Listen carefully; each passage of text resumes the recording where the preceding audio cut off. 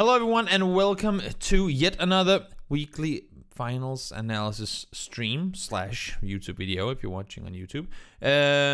Week 5, day number 2. It's the final day of the week 5 finals at PGIs, and for those of you guys who've already watched the games, this was a pretty chaotic one, pretty wild one. I had the pleasure of casting it alongside Sims, or Richard Sims, and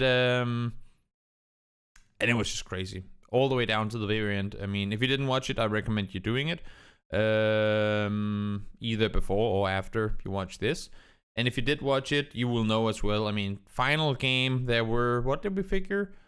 I think there were technically 9, maybe 10 teams that had a chance to go out and win. Like, win the whole thing. It was absolutely insane. And there were so many change-ups in the very final game. I mean, 2 teams that were in 9th and 11th coming into the very final game ended up in 2nd and 4th, I believe. And yeah, it was just, it was a wild day. It was so close all the way down to the very bottom. I mean, not the very bottom, but kind of all the way down to 13th, 14th place, because no one had really managed to separate themselves. What happens if players crash mid-game? I'm actually not completely sure. I think it depends. If it's only one person, they try to get them back in. But I don't have the answer. I don't have the answer to that. That's the technical in-game stuff that probably only the admins and tech people at those LAN events know about. Let's get started. Game number 6 overall. Game number 5, or game number 1. I mean, sorry, on the day. Plane path straight west to east. Couldn't ask for anything simpler. And looking at it here, is there anything, now that we came into day number 2, that has changed up from how it was prior, or the day prior? I see one thing, but I'm curious to know what chat thinks. Did anything change, guys, from yesterday, or from week 5, day 1, till today? Tell me if you think so. Drop up, thank you as well so much for subscribing. That's very kind of you. For those of you guys who don't see it, Interforce 36, they've claimed San Martin. The day before, Multi-Circle Gaming, they were 2-way splitting this, or I think it was actually 2-1-1 splitting this. And now Interforce 36 has claimed San Martin, so they have a little more space to work around. That's nice. Good job. Love to seeing those Japanese teams be a little more aggressive than what they usually are, because we don't see a whole lot of aggression out of them normally. Now, Circle goes towards the west, and you could say it's not the worst thing that could happen, but it is pretty terrible, especially when so many teams, as you can see, have made their way out towards the east. Now, what makes this Circle difficult? For starters, this mountain path is pretty annoying to try and rotate through into the Circle, so that's something. And just overall, I mean, it's really difficult to scout forward, because when you're on the edge in these compounds around here, it's just really open. If you're driving in, like if you're coming in late, of course you don't want to go through San Martin, so that's going to kind of ruin your rotation in. Then you can try and maneuver your way through here, but you're driving in a valley with very limited vision. You can try and drive up here to scout forward, but the chance that there's already a team here scouting forward themselves, you won't be able to see that. So that when you come in, they'll be sitting up here waiting for you, and they'll take you down. It's very difficult to rotate into this Circle safely. Most teams will do either a wrap over La Copraria, over or through, or like under La Copraria, or they'll opt to go all the way in south around, or even further, like they'll come in from down here. We don't see a whole lot of teams that really like to go through in kind of in this area. Also because when you think about it, when you rotate into this Circle, if you come in from between here and here, yes, you can scout forward. Yes, you can go take some hill control, but there's a big field. And you have the city. So it's very limited what you can rotate to, especially considering the fact that if you're coming in late, odds are that these spots are already taken by other teams. So it's difficult to play. Most teams will try to go, especially with this Circle being so far towards the west, that it's practically got a third or fourth of it outside. It's most teams will try and set up, I want to say, most teams will try and set up north of this compound and south of this compound. There, within this perimeter, most teams will try and set up kind of in the hills around this mountainside and to some extent down here, but not so much before the circle shifts down in that direction. Let's see. And thank you so much, Dropper. Glad you're enjoying the analysis streams. Let's see how teams rotate on in. Gen G, simple rotation, don't have far to go. We know that FaZe Clan, of course, they're not playing in the weekly finals in week 5, so they get themselves a decent two-way split. A pretty greedy two-way split because there's no way really for Esther and Loki to help out PO and Anonix should they get breached or should they be fought against. And the same way the other way around, if a team pulls up on Esther and Loki, it's gonna be a little while before before PO and Anonix can get down there and help out. So they're a little separated from each other right now, but if they've parked their vehicles smartly, and also the fact that they're in here at 4 minutes, they shouldn't expect to have too many opponents coming their way this early on. Let's see. DA rotates towards the center of the circle. I like that play. Chiamba, similar play. They probably wanted to go up and play up here, but Smash is shooting down in their direction. So they now know, okay, this is taken. We can't go up. Let's just play from below instead. Teams, as I said before, trying to wrap north around, don't want to come in on the south side. Freak of Freaks, they've driven straight over from Minas. They're coming in late on this, but you can see already now, if you're Freak of Freaks, right? I mean, yes, they can take this, but if this circle goes anywhere remotely west again, how do you rotate into it? You just came here now. Now you're scouting forward. You're scouting over here to see if maybe you can go up here and scout forward. You're scouting the compound to see if you can do something. They probably see now the vehicles down here, so that's a no-go. Maybe they can go up here if they haven't seen anything. And they can't see this compound yet. So you're very limited in your options, as I said before, when you're coming in from this side of the circle. Especially if you're coming in late. The duo of me and Paper is different. Thank you. When I read it at first, I was like, is that a compliment? But it sounds like it's a compliment. So thank you, Mr. Demigod. Getting compliments from demigods, that's pretty cool. That's pretty cool. I can't say that I've had that happen before. So thank you. Much appreciated. T1 rotating up again. This is a fun split, right? Because Adder is in a position from where he can see both Dangche and Star-Lord. I mean, Star-Lord and Dangche, there's no way they can see each other because of this mountain. But Adder and to some extent Aqua 5 can kind of be the overview onto both of them. So he can try and keep them both safe in their respective positions. So pretty interesting split where they can't really help each other, but Adder can feed the info across to both of them.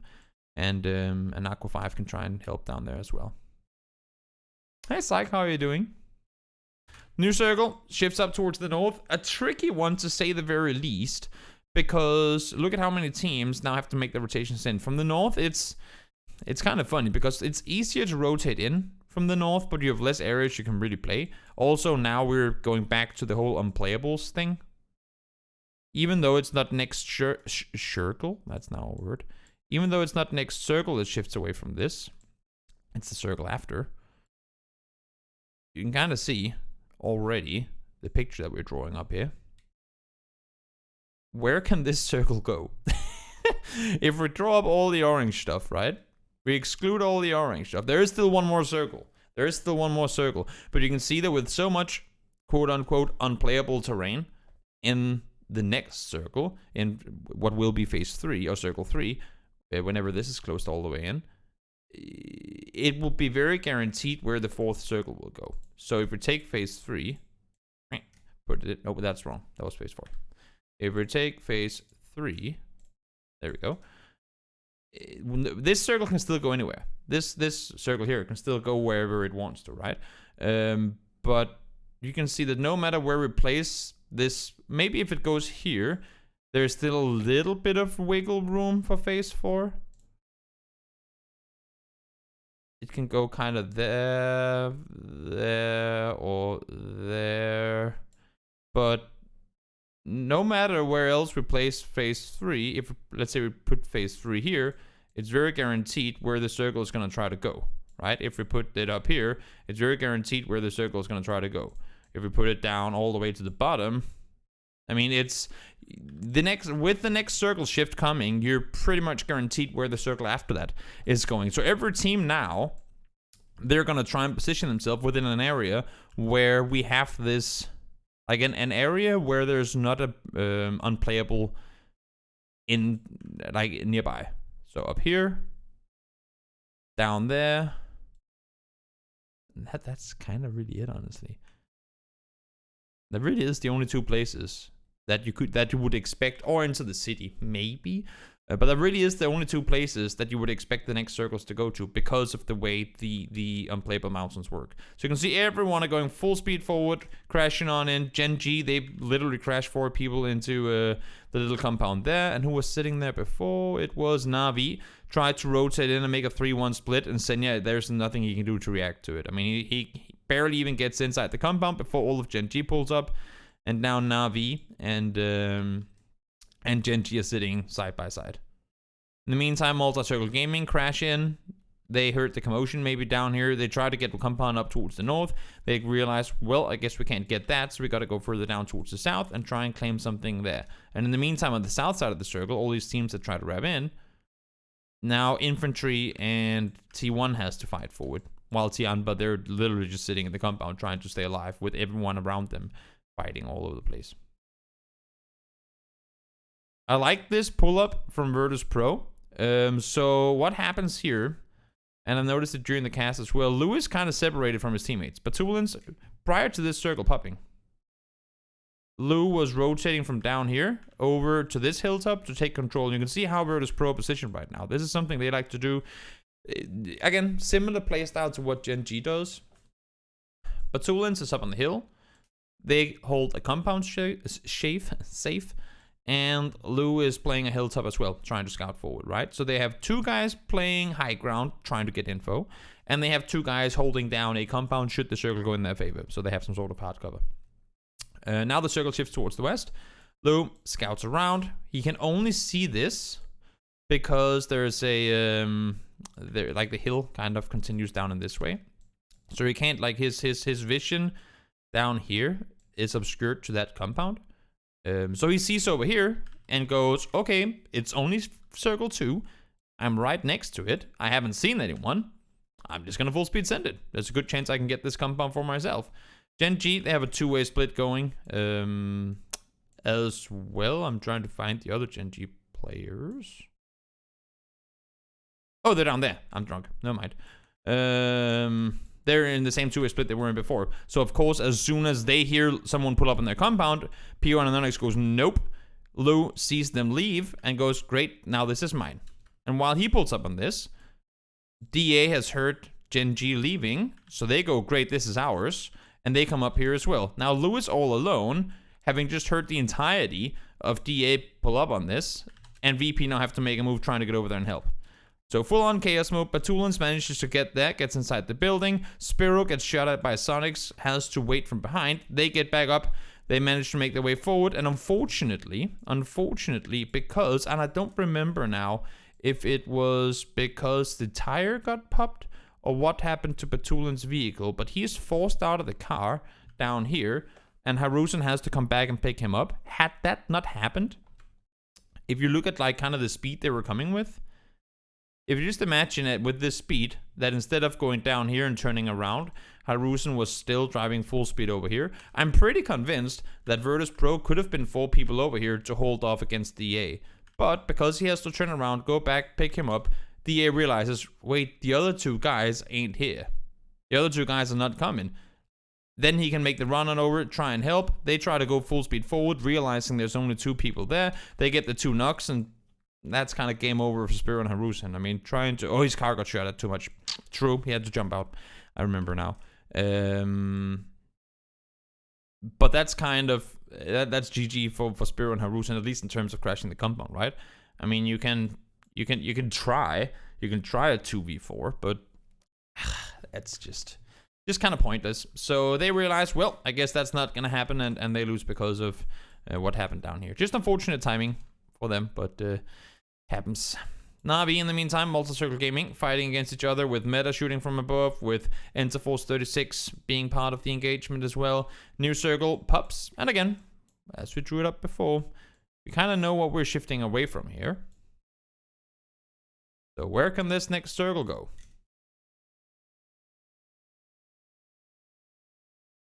Where, oh where can phase 4 go?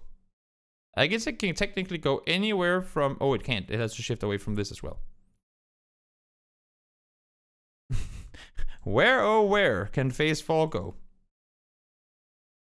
So many different options for this circle to go anywhere at once. It can go all the way from up here to there. This is what the circle can do. That's how much of a variation we can have in phase 4 in this particular case, because there's so many of those unplayable mountains inside still. Now, of course, everyone knows this. They go, oh my lord, we're going out to the open. We have to go over here somewhere towards the west side. And everyone is trying to make a play on that. I love what Spiro does with the next circle. So he knows it's going to happen. I mean, he knows he's going to be inside to some extent. And for right now, because we're still in phase 3, no one's really going to opt to push into this. Petrico, they cross the street, coming in from El Pozo. They realize as well, we have to go get sent up. We have to get over here somewhere. The compounds, I mean, 99.9% guarantee that they've been taken already. We can't really do that. We know there's a dip down here. There's like a bowl down here that we can play. As long as no one is sitting on this side, or up the hills over here, we should be all right to play in this position. Now, the only issue is that they say we can play down here as long as no one's playing here. And no one can play here because the mountains are still in. And of course there's people on the mountain. I mean, why wouldn't there?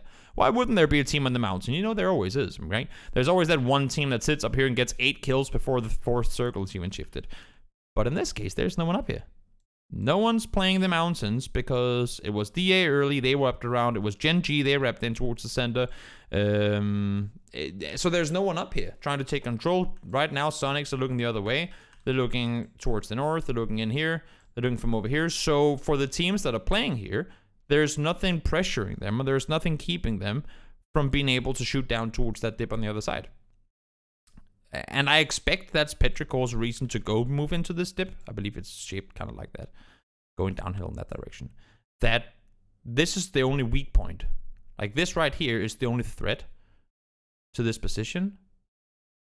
And they don't expect anyone to be here because the hill is still in. And the only main, like there's also the compound.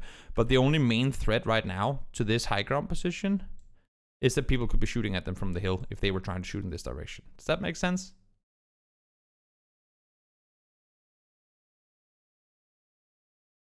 Is this game 7? You know what, I'll look into that in a second. I might have clicked wrong, but I'm pretty sure I got it right. Maybe I got it wrong. Either way, we'll do the analysis all the way till the end, and then maybe we'll backtrack one game. So, Petrico goes down here. Oath, they want the exact same spot. Not gonna happen. Fight comes to an end quickly.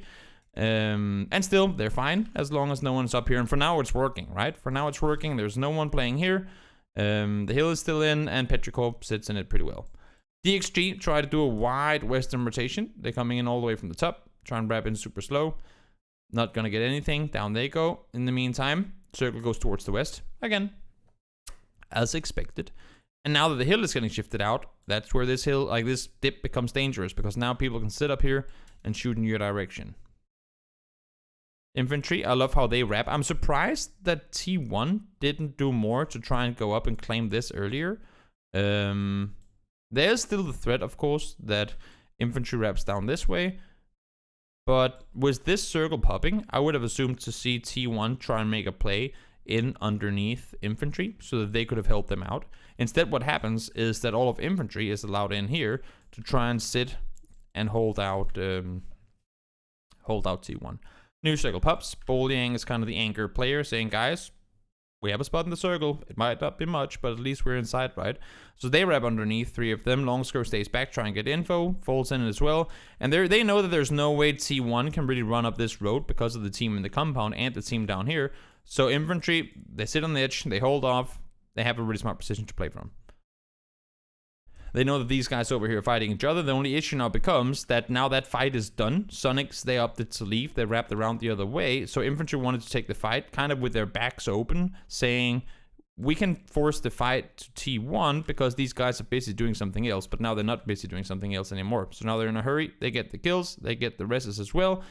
And they maintain 4 players on their feet. Smart playing by infantry to try and wrap below, play contain, and block off their path into the circle. New circle goes towards the center again. Petrichor, still decent position inside the center of the circle. Gen G, they were on the side of Navi's side over here. They backed off. And now Spiro makes a smart rotation in saying, great. So at this point, I'm a solo player left alive.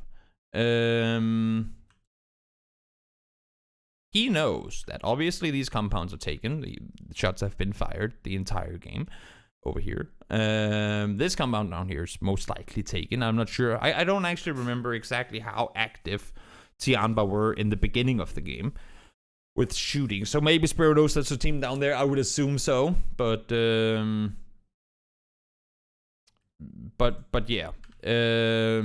So he's down there. He knows of Petrichor, obviously, with Oath and Petrichor coming in here earlier. And he goes, okay, so what's left now in the circle of like viable spots to crash and play from? My shack is a pretty good place to crash. And if you don't want to crash a compound, because obviously there's probably going to be more than 1 or 2 players in it, maybe you want to crash it. Like maybe you want to crash a shack. He realizes that and go, okay, so what's worse than playing in a shack? I guess I'll just go play a rock on the other side of the road. And that's exactly what it does. And look what happens. We have a Freak out. We have Sonics out. DA out. Infantry out. Day Trade in. And Interforce 36 out. Despite the fact that they could have had plenty of spots in this circle. But that's a whole other discussion. I feel like we've ranted on Interforce 36 enough. So he leaves. As soon as he leaves, what happens? Exactly what he expected to. They crash. Teams would have to crash. I mean, DA, Sonics, Afrika Freaks, not all 3 of them were just going to fight on the edge and then play in slow down here. One team, whether it's one or the other, would have crashed on this shack. And that would most likely, I mean, not guaranteedly, but most likely have led to Spiro's death. Now, instead, he gets to back off. He gets to prone on the rock. It ain't much, but he's alive. So, good job. Nice disengage there.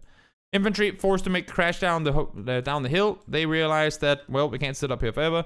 They take the fight towards Petrichor. DA, third-party smash drives down. Here comes the rest of the guys. And again, smart decision-making by Tian, but not just sitting in the compound. Because technically, well, they're inside the circle. They could just sit back and play safe. But they're also in a position from where they have a chance now to spread out, run up the hill, take control. Because if this fight comes to an end, if this all finishes up with whoever, Petrichor or DA, winning the fight, and that team then sits up on the hillside looking down towards the compound, there is very limited chances for the team in that compound to make a run for it, right?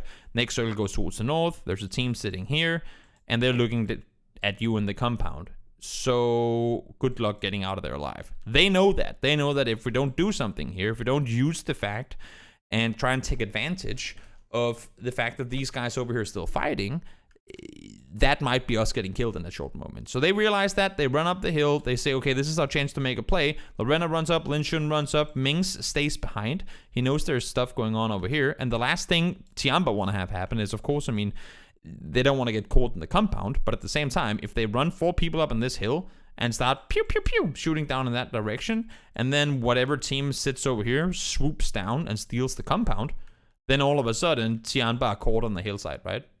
So they need to make sure that, yes, they want to push up here in third party in that direction, but they also know that they're standing with their backs turned to potential threats over here. So they need Mings, they need M200 to hold off this. So smart two-way split.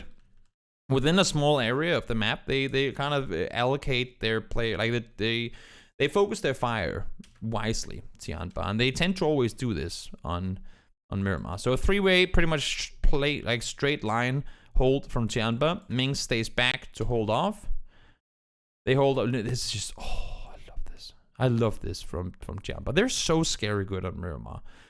M200 pushes in. Like once he realizes these guys are fighting, Mings, you can kind of hold them off on your own. And should they come this way, he can give the info and they can wrap back fast enough. Lin Shun plays it slow. He's actually the slowest player right now. He's sitting tight. Lorena and Lin Shun pushed up early to try and take this plateau, or like little hill site. From here, Lin Shun can be the middle anchor point that allows for Lorena to push over the top and get an angle down, and M200 to grab underneath and get a flank from below. It's just pretty perfect. And look at the way they swoop in. Lin Shun sits tight. He knows that he has a chance to play support on Lorena and a chance to play support on M200. M200 plays underneath, finds Mert. That's a straight up 1v1 engagement. Finds one more. Now their focus is on M200. Here comes Lin Shun over the hilltop. Goes for the third. It's just, just great play. Great setup from Tianba, and now with the circle going in their direction, they just killed off one team. Petrichor is forced to take a fight with Sonics, and they now have a chance to take full control down here. They don't over-aggress. They don't have a need to sprint up this way and do more damage. They have the circle, sit back, wait for it. Ming's still doing his job, making sure that no one is coming down this way, and if they are, he can give the info to his teammates. Their compound is still in the circle, and in the meantime, the 3 other teammates are out there taking control of the hill, making sure that no one's going to wrap in and play that one position that would really weaken this position. Just incredibly smart playing by Tianba. I mean, they have over half the circle at this point, just to themselves, with everyone else forced to fight up towards the north. And by sitting this aggressively on the hill, rather than just hiding in the compound, by sitting this aggressively, they're forcing the other teams to fight each other, because there's only so much space now. I mean, we're going from having half the circle to sitting on probably, maybe not 2/3, but at least like a 60-40. So if you only have 40% of a phase 6 circle to play in, and you're excluding them 13 alive, that's a pretty small area. So by kind of, have you guys ever played that arcade game where you have a box and you have to, like, you're a ball and you have to go across, like there's these balls flying around in the box going ding ding ding, kind of like your Windows like old Windows pause screen. It goes around, like the balls go around like this, and then what you have to do is you have to make it all the way from one line of the box to the other, and then if you succeed in doing that, it cuts it off, right? That's kind of what they're doing right now. They're just cutting off bit by bit, taking more, forcing all these guys, like all those balls that go around ding ding ding ding ding, to now start running into each other. Yeah, that was a strange analogy, but for anyone who's played that game, maybe it makes sense. So Tianba try to hold off now. I mean, this of course is just them getting gifted in a situation where I honestly think even without this shift, I'm pretty convinced that no matter where this circle had hard shifted, Tianba would win it. So yes, this just makes it look like, oh my god, Tianba win, lululululul. But if you take phase 7, which I believe this is, and put it anywhere else, even if this is, like, even if Gen G got hard shifted, Tianba still has the hill. Phase 8 is most likely, I mean, there's no way phase 8 can end inside of the compound. So this is phase 8. Even if it double hard shifted to Gen G, the game would still end there. So they would have to get out, and while doing so, Tianba could actually still play from inside the hill for a little while and make that run on down, or maybe try and swoop over here.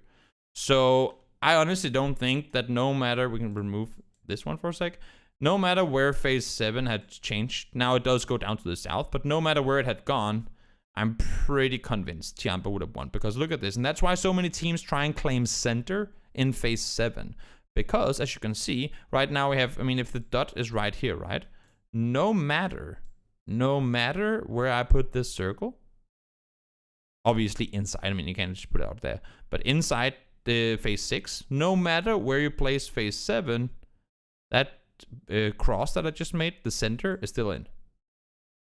See what I mean? So if you have control of that, you're guaranteed to be inside the next circle. And then with this circle as well, let's say it hard shifts to the east. That this is as far away, I mean, any of this is as far away as you can go.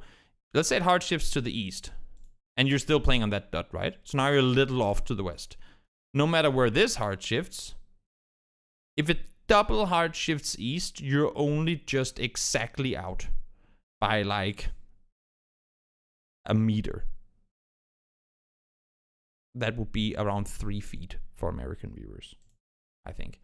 So that's why people try and claim that center spot already. Like sometimes you go, yeah, they want to play on the dot, and that's also true. But some teams try and claim the center even earlier because, as you can see here, by having that center in phase 6 coming into phase 7 already, you're guaranteed to be in pretty much guaranteed to be in the next 2 circles, unless if you get a double hard shift on the same exact edge. So they get the circle. Now, again, don't over-aggress. They have a chance to go up here. They have a chance to take the fight to Mime, but they're not in a hurry. Tianba, as much as they're capable of going out and getting those 15, 16 kill games, they run up, they take the fight, they back off, and they wait to take the fight again. Now, of course, with this compound being this far down on the edge in the game, going to end down here or something in that area, there's no reason for Mings to sit down there. They just push up, they take control, they hold all the other guys out. Mime is down in 1v4, runs out, dies to blue, goes down. Not so much more to it, but so great play. Really smart understanding of the terrain and understanding of how to utilize the compound. Even though they could just sat tight in the compound.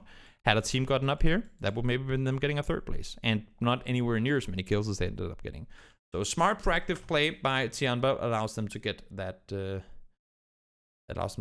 win. Now let's find out if I was actually wrong. And it was the wrong game that I went into. It was match 7. Sorry. Okay, so we started out with match 7 and now we're doing match 6. So for the sake of understanding, I'm gonna keep the overlay as game 6 because now it's actually game 6. You know, now we're doing game 6. Before it was game 7. Doesn't matter. Move on. Now it's game 6. And let's take the first game of the day. No one noticed. Yeah. Psst. No one noticed anything. And that was the fun one. Oh, yes. Oh, yes. How could I forget that this was the first game? Ugh. Ah, that was a brutal one. It was a fun one, but it was a brutal one. So circle is pretty garbage down towards the south. And not only is that bad, because there's, half the circle is water.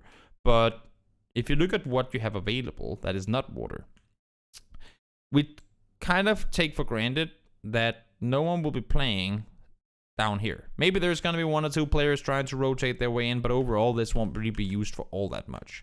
So if we kind of remove all of this, you kind of go like that, and like that, and like this, and like that, and like this. Phase 1 is essentially half in size. Pretty much half the size of what phase 1 normally would be. And now if you know there's one thing that's for sure, that is that early on in the game, teams tend to try and stay away from cities. So if we say water is a no-go, then we can also kind of round off Los Leones as a no-go. Of course, there's a team looting there. 2 teams, as a matter of fact. Oath and T1. But we can round this off as a teams probably don't want to go here. Then we have a bunch of open fields. If we draw this one up. We've been in this area a billion times before. We'll just circle this off because you can, of course, play inside the compound. But we'll just draw this field up. I think you guys get what I'm trying to say here. But we always look at these circles and go, oh, the water is so bad. And of course it is, but it's really not only the water. There's a ton of terrain within this circle that really isn't that favorable for anyone to try and play around in the early game. I'm not going to draw up all of it, but just having drawn this should be enough because there's still plenty of fields down towards the south as well. And if we look at this now, and we go, okay, so the water is half the circle. That's pretty bad in itself. But then we start drawing up all these other areas, which are those you really don't want to be sitting here in phase 1. You can kind of see how little there's really available in this area of the map, in this circle in particular. So for teams coming in late expecting to be able to find a compound, for teams coming in late expecting to have space to play on the edge. Usually when you have edge teams on a phase 1 that's up here, wherever really it is, you have space on the edge because there are teams, like if we have, let's just make a phase 1 circle, put it there. You have space on the edge because there's people all around the edge, you know? The edge teams are playing all around phase 1, usually anyway. Therefore, there is space on that edge. But the edge that is usually all the teams play everywhere on the edge now is limited to this edge. Now, that whole circle, because I mean, unless of course, if an edge team goes down here in a boat and sits here, you know what? That is completely fine by me. That is fair. I just don't expect to see that happen. So now that edge is only half the size, which means that if you're in edge teams, you theoretically would have twice, or you would have twice as many edge teams in the area as you normally would, because half the circle is gone. And also, if we exclude the city and kind of make a dash through here where you wouldn't have anyone, that is even less edge available, you know? So you have an edge of the circle over here where you can be to some extent, and you have the other edge over here that you can be. This right here with this right here, I know there's a whole lot of lines on this right now, but I hope it makes sense. This here and this here, I don't know how big a portion of the circle that is, but I would guess that if this is 1/4, a little over the middle, so let's say 27%. And then we have this. That's, if this is half, then this is maybe, like, if this is 1/4 of a circle, and this out of this and that would probably be 1/8. So 1/8 is what, 12.5 to 27. So that's 37.5. 37.5% of the edge is available. Math. What am I trying to say with all of this? It's very difficult to play this circle. Math. There you go. I hope it made sense. Thanks for today. See you next time. No, I'm kidding. So the teams have to make a rotation on in, and I talked about this during the broadcast as well. But you have Los Leones. That's pretty garbage. And then you have this here, because not only do those edge teams wanna stay on the edges that we saw before, but if you try to wrap in from the east, you're really limited to only this particular straight. You don't want to be going in the water, and you don't want to go through the city. AKA, this is where you can drive into the circle. You don't understand the lines. Yeah, that's dangerous. I know, right, Hardy? It's very next level math. I mean, people on air, sometimes they mess up the most simple math things, myself included. So the fact that I can do that now is very impressed. Very impressed. No, but you're really limited to making that rotation on through here. And we all know how horrible it can be to drive on Miramar. You can kind of see it here. There are these two dirt roads making that you can drive. And teams will try and stick to those, of course, with the east side road as well.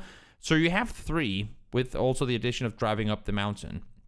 But if any one team sits in this compound, maybe spreads out to take control, we know how the likes of infantry and other teams like to stay on the edges to try and take control. Like, even though infantry, they're right here right now, even though they have a chance to maybe make a play for the center, sometimes they just like to say, you know what, we're not in a hurry. We'll sit down here. We'll maybe make a 2-way split like this. And then anyone trying to come in the circle, we will do everything we can to get a kill or 2. I could even see a world where infantry does a 1-2-1 split like this to hold off all of this. That'd be pretty interesting, but I wouldn't be surprised if that was the case. Random fact for 1,000 channel points: my phone is a Samsung Galaxy 6 that I got from my brother because he got a new phone. There you go. So here comes infantry. We just mentioned them. Forward they go. They sit tight in the compound. And why are they here? You say. Why are 4 infantry players sitting in this compound? Because they got loot. They needed more loot. And then they drove further forward. I tried to, ooh, but it was just because they were rotating forward. Xerox, no, I'll save this fact for another random fact. I'm just gonna give out 3 facts for you guys about my life, So I'm gonna save this fact for whenever someone gets a. God damn it! I have had 4 phones in my entire life. Oh, now I have to do. Okay, so I guess one fact was that I've had 4 phones in my entire life. The next fact is that I had the same iPhone, and I don't even remember the name of it. I think it was an iPhone 2 or 3. I don't even remember how many iPhones there are now. I had it all the way from my 2nd year of high school when I was... How old are you when you're in 2nd year of high school? Like 18? 17, 18. I had it from my 2nd year of high school all the way until 3 years ago. And now I'm 30, turning 31. I'm one of those, if they ain't broke, don't fix it. Or if they ain't broke, don't swap them out type people. That's,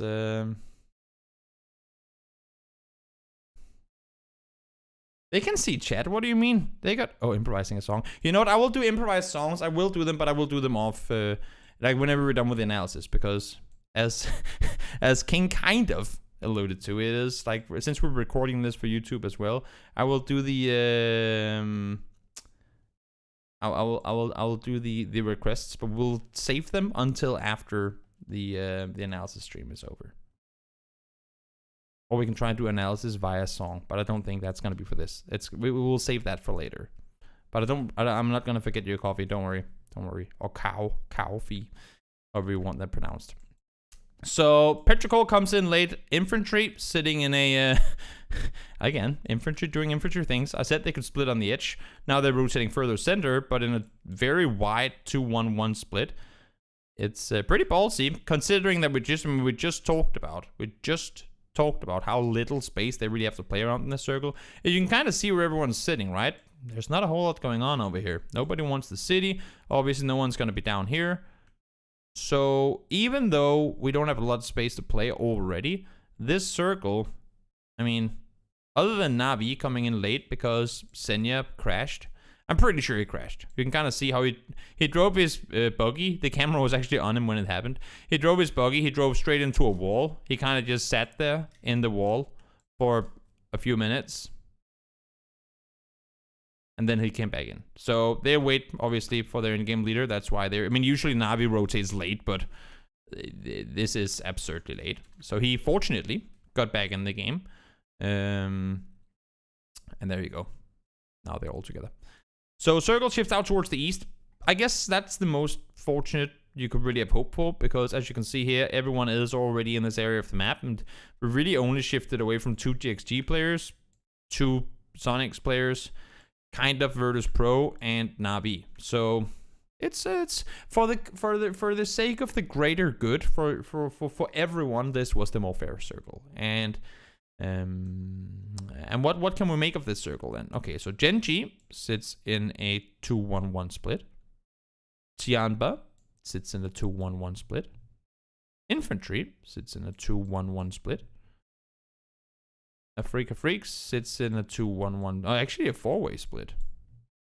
Oath has a 4-way split. Not that wide of a split, but still, they're trying to take control.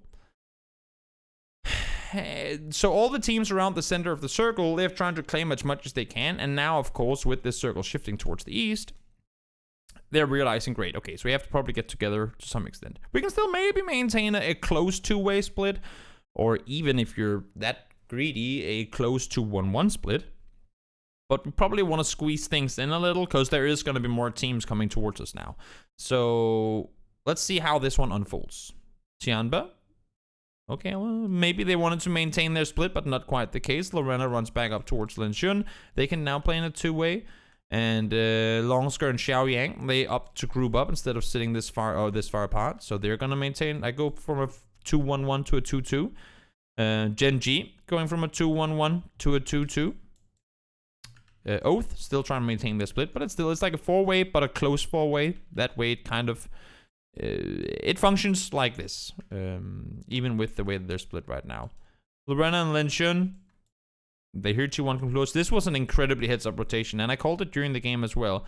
Sims called it out as well. I love this rotation from T1. So what happens is that Aqua 5 is the one driving forward, the furthest forward right now. He's the one driving in front, is what I'm trying to say. He's driving in front. He's driving past this compound without shooting. He's just driving past here. I think he's on a bike too, to go down on this hillside. He tries to scout forward. He goes, okay, no one's shooting at me. Then he comes over here, sees cars leaving, makes the call back, and they get the compound. They get it, and he stays down here to make sure that no one is coming up this way. Just, it's simple. It looks pretty straightforward, but it's just an incredibly heads-up play because look where they're coming from. Circle shifts, boom, now they know. Great, we don't want to sit on this edge. We don't want to get stuck in this 2-1-1 split far out on the edge. We have to make a play. We're just going to try and send it full speed forward. And this is like it's not one of those, okay, so we know there's only one player there because we have scouted it. They can't really see down there from where they are right now. So it's a play where, in reality, you have to make all the decisions on the fly, right? If you're Adder, if you're Aqua 5, you're driving full speed forward. You know there's a team on the other side of the road that you were shooting at before. You know there's a team in meta over here. You have to just send it, and the comms have to be picture perfect. It can't be, oh, what should we do, guys? This is probably one of those. Aqua 5, find us a place to go, call it out, and we go there. So Aqua 5 on the bike, drives forward, goes down below, doesn't get shot at. He sees people running back into the compound. He sees the cars. They're about to drive past, as you can see, with the way they're going. They're about to drive past the compound. He sees the car leaves. The cars leave the compound. They turn around, make their way back in. Small thing, but incredibly well played. And Tiamba get themselves a center position in the circle. Oh, T1 gets himself a center spot in the circle, where they were before completely out on the edge. They get what probably the most center compound, if we kind of do the coordinates on this, right? These two would be the most center compounds in the new circle. So a very smart play by T1 to dare to go aggressive and try and take control in that situation. Sonics, in the meantime, they see infantry leave, they see Genji leave, and they go down and they take control on the south side. They know it's going to shift away from the water at some point. But when it does, they want to be now, similar to what we've seen Navi do before, they want to now be the last team into the circle. They want to be the team that doesn't have to worry about what's behind them, similar to what Genji likes to do. They want to be the team that can push into a circle with the blue literally right behind them so that they don't have to worry about what's in that direction. They only want to focus ahead. They only want to look inside the circle. Oh, sorry. And not have to worry about 360, like 360 degrees, but only about 180 degrees. So they spread out, take control of the south, maybe try and make sure that no one can come in from here or here. Sonics and Jesus Christ, I can't talk anymore. H1 and Mime push forward. They continue to wrap in on the south side of the circle. New circle goes towards the east, and this one is a little difficult because if we look at where we're shifting now, not only is the circle still difficult to play for the same reasons we talked about before, about the many fields, but hard shifts in these type circles are exceptionally tricky because you shift away from a big portion of teams that were already splitting and trying to take control. And now the roads are, I mean, obviously you can drive on the roads, but everything else, in particular down on the south side, everything is very vertical, if that makes sense. Down in this area, if we just remove everyone for a second, down in this area, if you look at it here as well, here's a dirt road.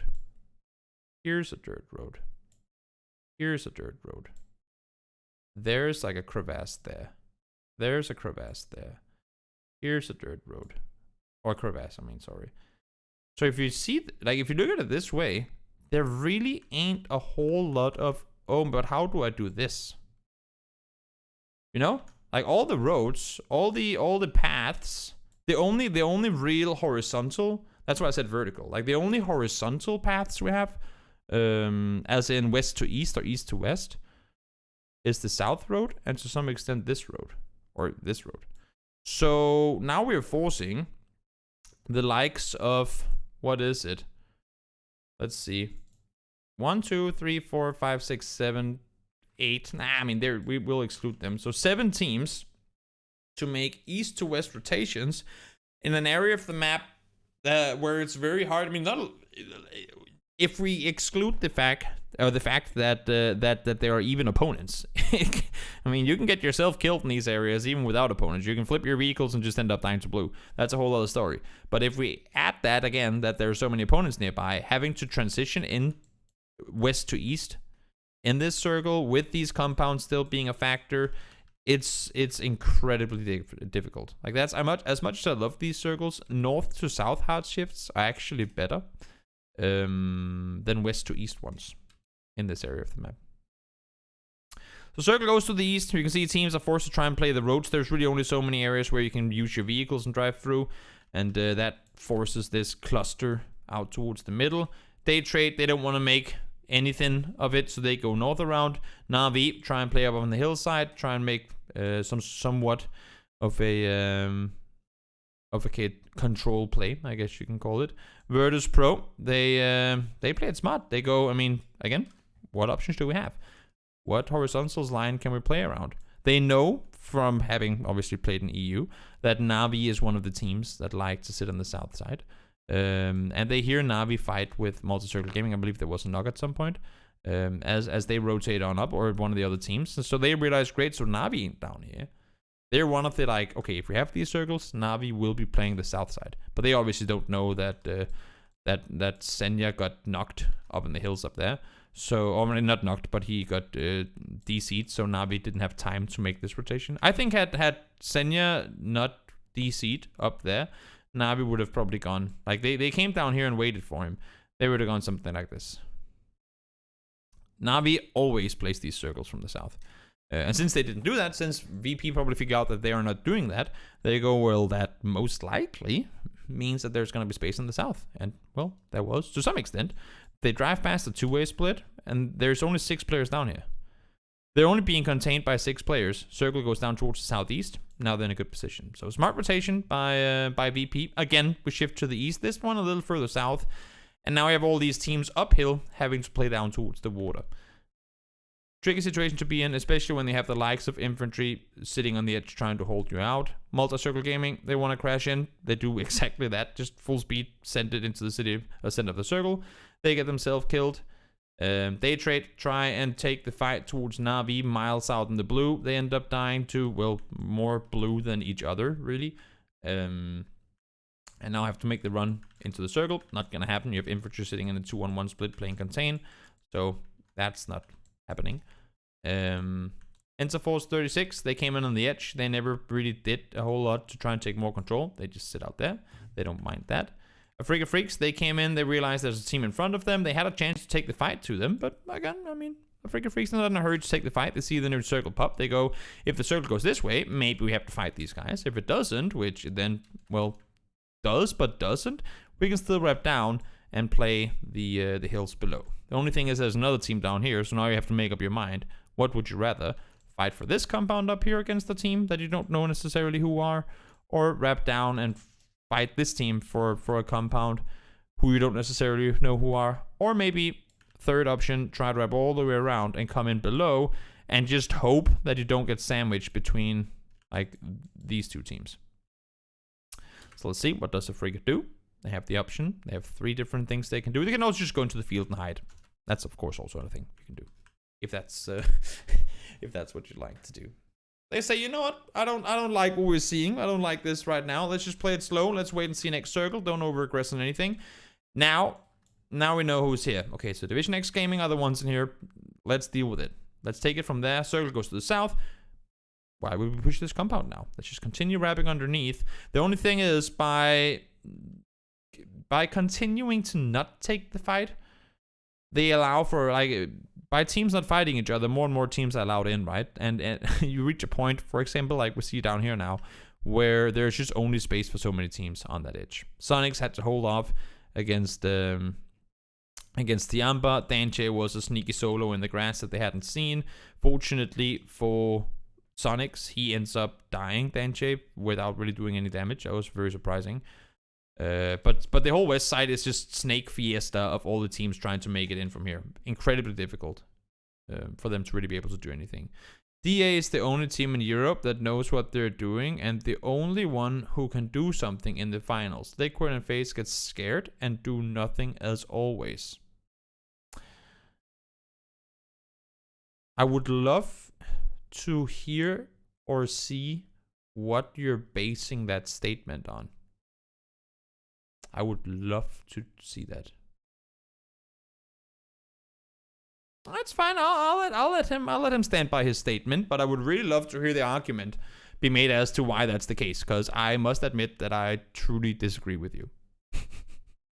I'm not gonna waste my time on it, don't worry. If you're a fan of a team, you're a fan of a team. That's just how it is. Freaking Freaks realized that, you know what? I mean, we wanted to push underneath, but we probably can't. So now they're sitting up here. They push 2 players in. Ikari isn't not really in a position to help. He's trying to come back in and help, but it's too late. It's so strange to me with the Freaking Freaks, because sometimes, especially in these close quarter fight, like these up close engagements where it's about compounds or if it's like super late game, and they have a 4v4, an uninterrupted 4v4 with another team. Sometimes they just do like the most 9 billion IQ things, and you go, damn, the Freaking Freaks are good. Damn, their communication is great. Damn, they really excel in these fights. And then some other times, for example, if you guys remember back, I think it was week 3 when they lost to STK on Erangel, you go, you dropped the ball. You had it. All you had to do was prevent them from leaving the compound, and you threw it. And this was one of those weird things as well where Ikari, I mean, I like what it does. Play underneath, see what's available inside the circle, play that kind of anchor point for your team where if they don't succeed up here, they can wrap underneath and you can sit here, you can try and hold out. Maybe look down towards the south and make sure no one's coming up to third party. Makes perfect sense. Ansia, similar role, play underneath, try and hold out, make sure that if they try to push out, you get that info, you can feed it across and you can take them out together. That makes sense. That's a smart thing to do when you have a chance to wrap underneath and try and hold out the team inside the compound. Makes perfect sense. But now these 2 players are doing that. And in the meantime, EJ is pushing the compound. He's all the way in there. And Akkad is playing above EJ to kind of play support. Maybe see if anyone like on this longhouse is trying to come out to to peek the other side. And it's just they're trying to do two different things. I don't know if it's just because they expect Akkad and EJ to hold them out on their own. I'm not sure if that's the case, but it's confusing to me that they seem to always try, sometimes they try and do many things at the same time, and it makes them look so incredibly good because they succeed, and you go, oh, how do they manage to do that? More often than not, you see them make one decision where they do extremely great, and then sometimes you see stuff like this where this makes perfect sense, this makes perfect sense, this makes perfect sense. But trying to do all of them at once, it's just, I think anyway, it's just too risky. It's too dangerous. There's no reason for them to do it. If they full commit to the push up here, take control, take the fight, fair enough. If they full commit to wrapping underneath and wait them out, fair enough. But trying to do both in that situation, that quickly becomes dangerous, and they end up dying because of it. Because they have no control. They've lost all control. They end up going down. They can't really make a play off of it. Infantry now trying to push down from the north. They make their way into the circle. They take out Interforce 36 because they allowed them to get close to them. Division X, they now know that, okay, so if we want to do anything here, we have to deal with this before anything happens here or here. We don't want to get third party. Simple as that. We got to do something. Division X, they push up, they take the fight, they take control, they take out 3 people, and they go, great. I mean, what are the chances now that 9 will push us? Let's go back and play control. Let's go back and wait for a potential team to come up in our direction from here. Pretty smart play. Now they run back down. They play contain. Again, they're not in a hurry to make a push. They could just go down, play control, hold them out. Petrichor in the meantime, they're the that one team to make it in from the west towards the east. That will I mean they are literally the lone survivors from the whole west shenanigan, trying to make their way forward. They come in, they take some control, and now is where things get really interesting, because you have Virtus Pro. They're playing down the hill, trying to take full control of what's going on, but doing so by not really doing a whole lot. They're just standing their ground. They're saying, we don't want to fight you, because if we take this fight, here comes Petrichor. They don't want to go this way, because if they fight them, here comes TXG. So, Virtus Pro, they know they have the dot on their side. There's like a bit of a hill thingy going down here. They know they have the dot on their side, kind of. So all they really need to do is to just sit tight. Erusin holds below. Lou holds above. Make sure to play contain on this. No one's coming through there. Play contain on this. No one's coming through there.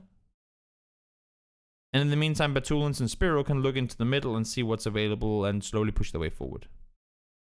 Just contain and wait. Contain and wait. Contain and wait. And the closer people get to each other, the more difficult it gets, of course.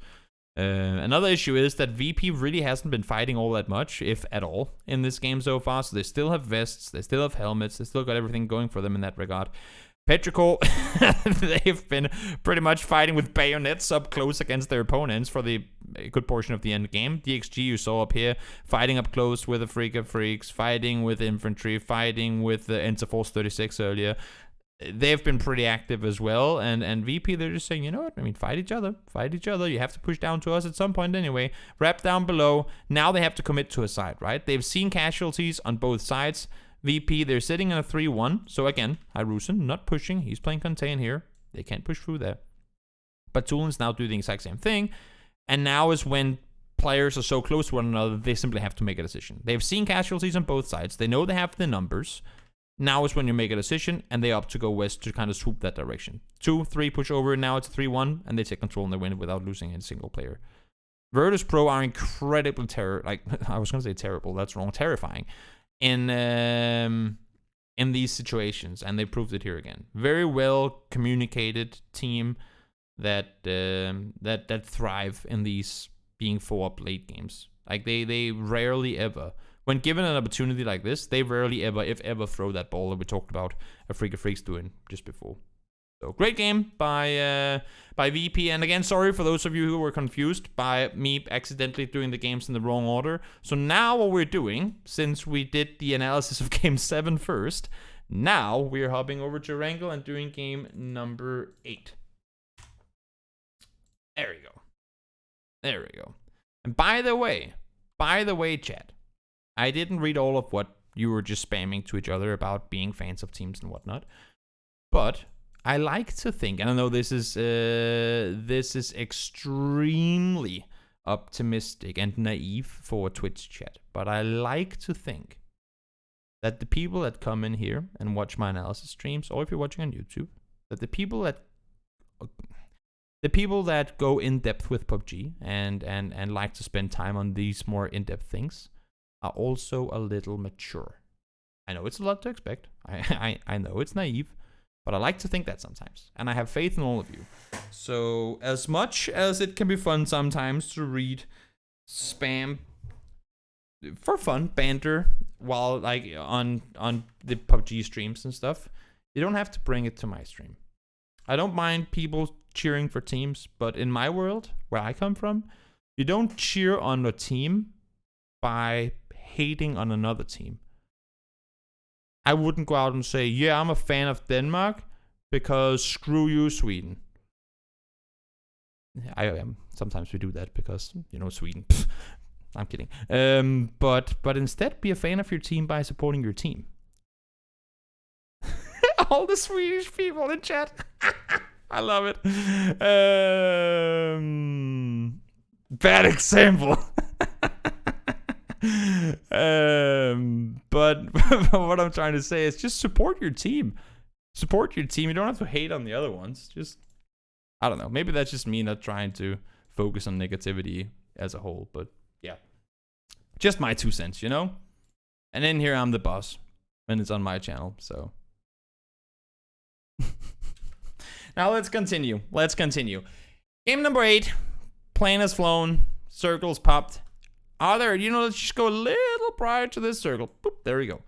Is there anything here, chat? I'm asking you for the final time today, because I do that a lot and I like to test you. But tell me, is there anything here that is out of the ordinary? Press. Keep dreaming. You couldn't find me. I mean, you probably could, but yeah. Is there anything here that's out of the ordinary? 3 teams melee base? Is that out of the ordinary though, Woogie? With this plane?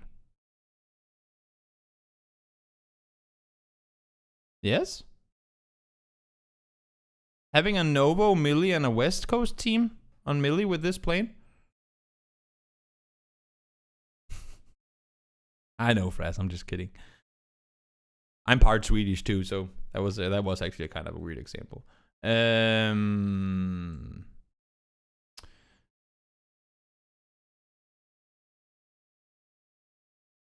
Yeah, true, I guess. I was just thinking Novo, melee, West is something we've seen before. So let me rephrase my question, because you are right. Let me rephrase my question. Is there any team here whose drop seems out of the ordinary to you guys as viewers? Taking into consideration what we've already seen on day 1, is there anything out of, like, is there anything that stands out here? That's what I'm trying to see. Virtus Pro and Apartments? Yeah, arguments could be made. Gen G dropping in Milta. DA going down to melee. I mean, if you look at this again, if you look at this and go, could they go Razak, DA? Yeah, they probably could, but we know what happens when DA has to fight for things and fight for vehicles and whatnot, and I don't think they really care to make that force that against VP. They know they will be landing faster, get on the roof, get guns, and maybe get to shoot them out of the air, or at least try to. So I guess there's no reason to risk it, and we've seen DA down here plenty of times before.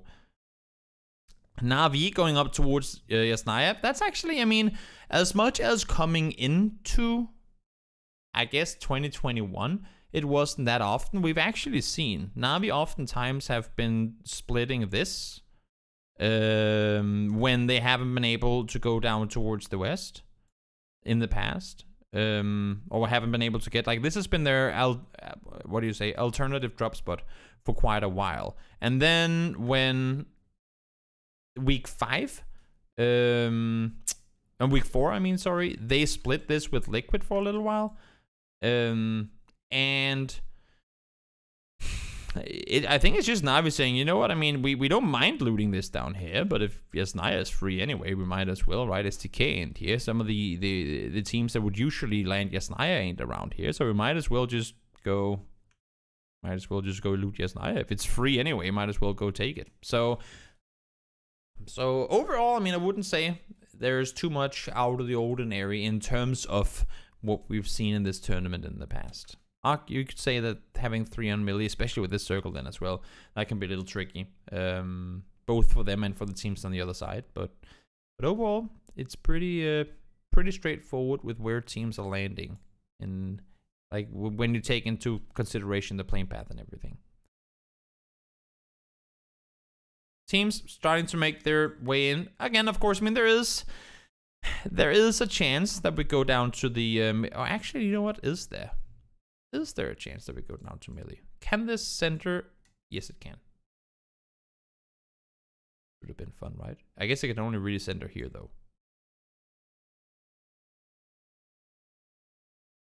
It could technically have centered there.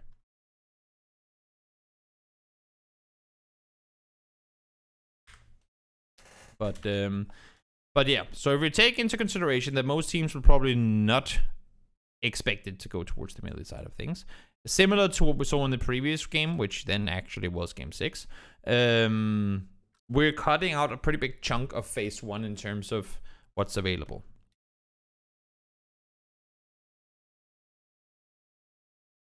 So up towards the north we go. Petrichor, the first team to cross on over. DA and Oath sitting side by side. And of course, if Petrichor opts to stay around here, that could make a potential rotation for either DA or Oath a little tricky, should they be met by Petrichor on the other side.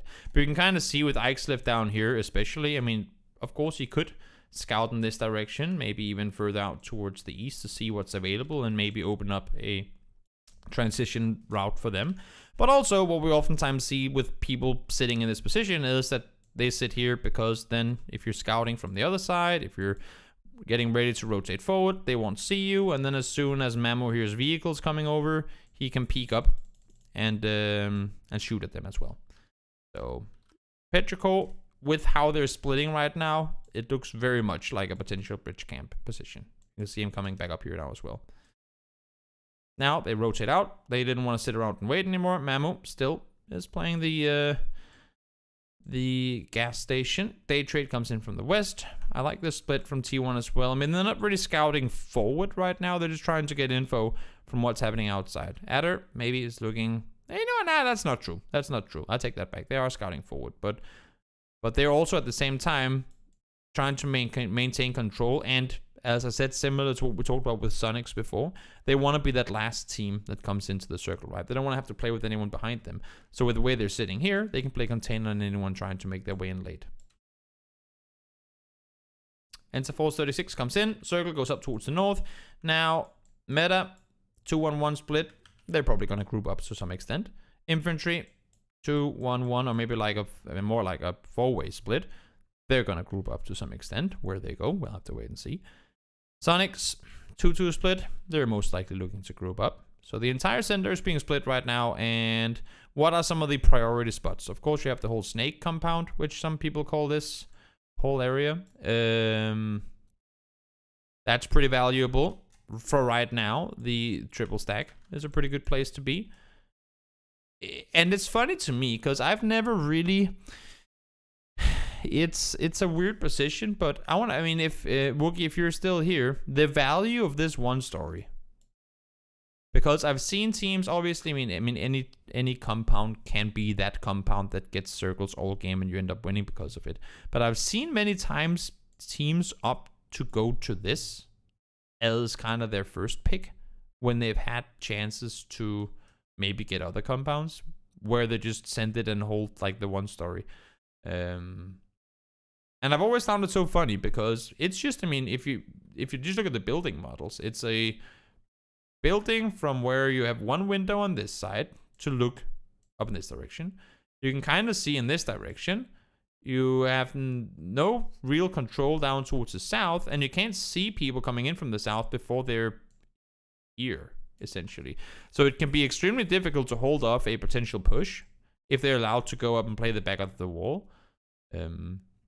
And if a team takes control of the shack on the other side, it can be equally difficult to play this building. And yet, I see many teams kind of up to go in this direction early on.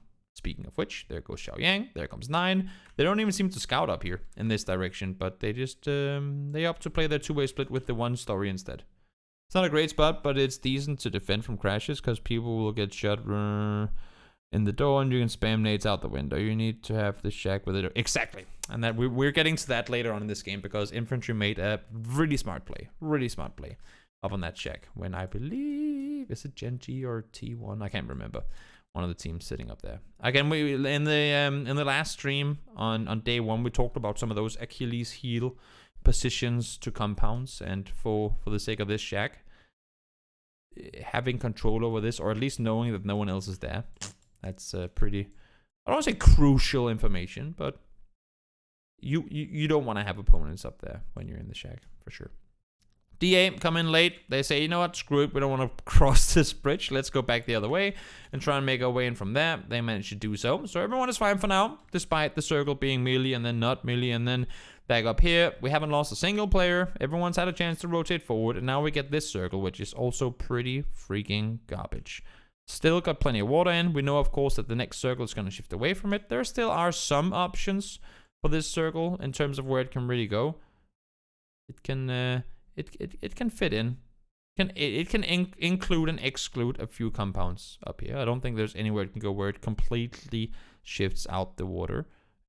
So there are a few options up on the top line here, but you know pretty much for a fact that that we're gonna be within this area for the next circle shift.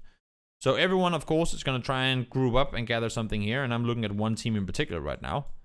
Meta's 2-on-1 split.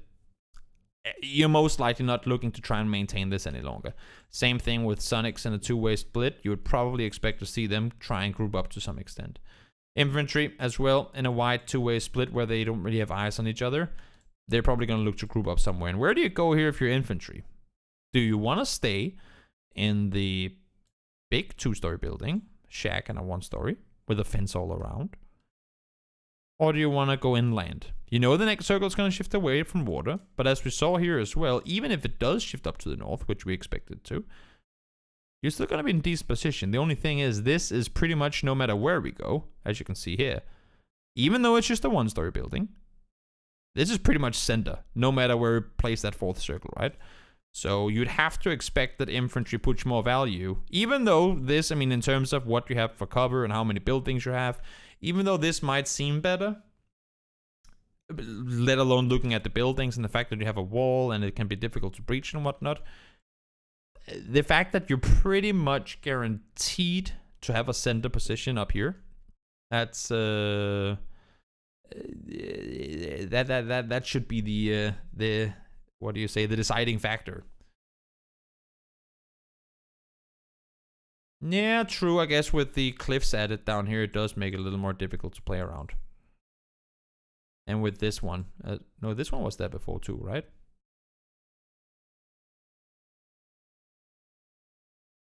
No, it wasn't. But true, it has become more difficult to maintain control when people can play the South Shore or the South Hills. So yes, I mean, what I'm trying to say with this is that, let alone the fact that this is going to be center circle next circle, should be enough to, like, even if this was still a viable compound, should still be enough for you to want to fortify this position over this one. So meta, they have a decision to make. Do they want to sit uphill? Do they want to sit down here? Because there's a chance for them that the circle kind of goes up but to the east, so Silson and Sparking would still be in. There's also the chance that the circle just goes straight north, so that this would be the better spot to be in. But they don't really have time to sit around and wait.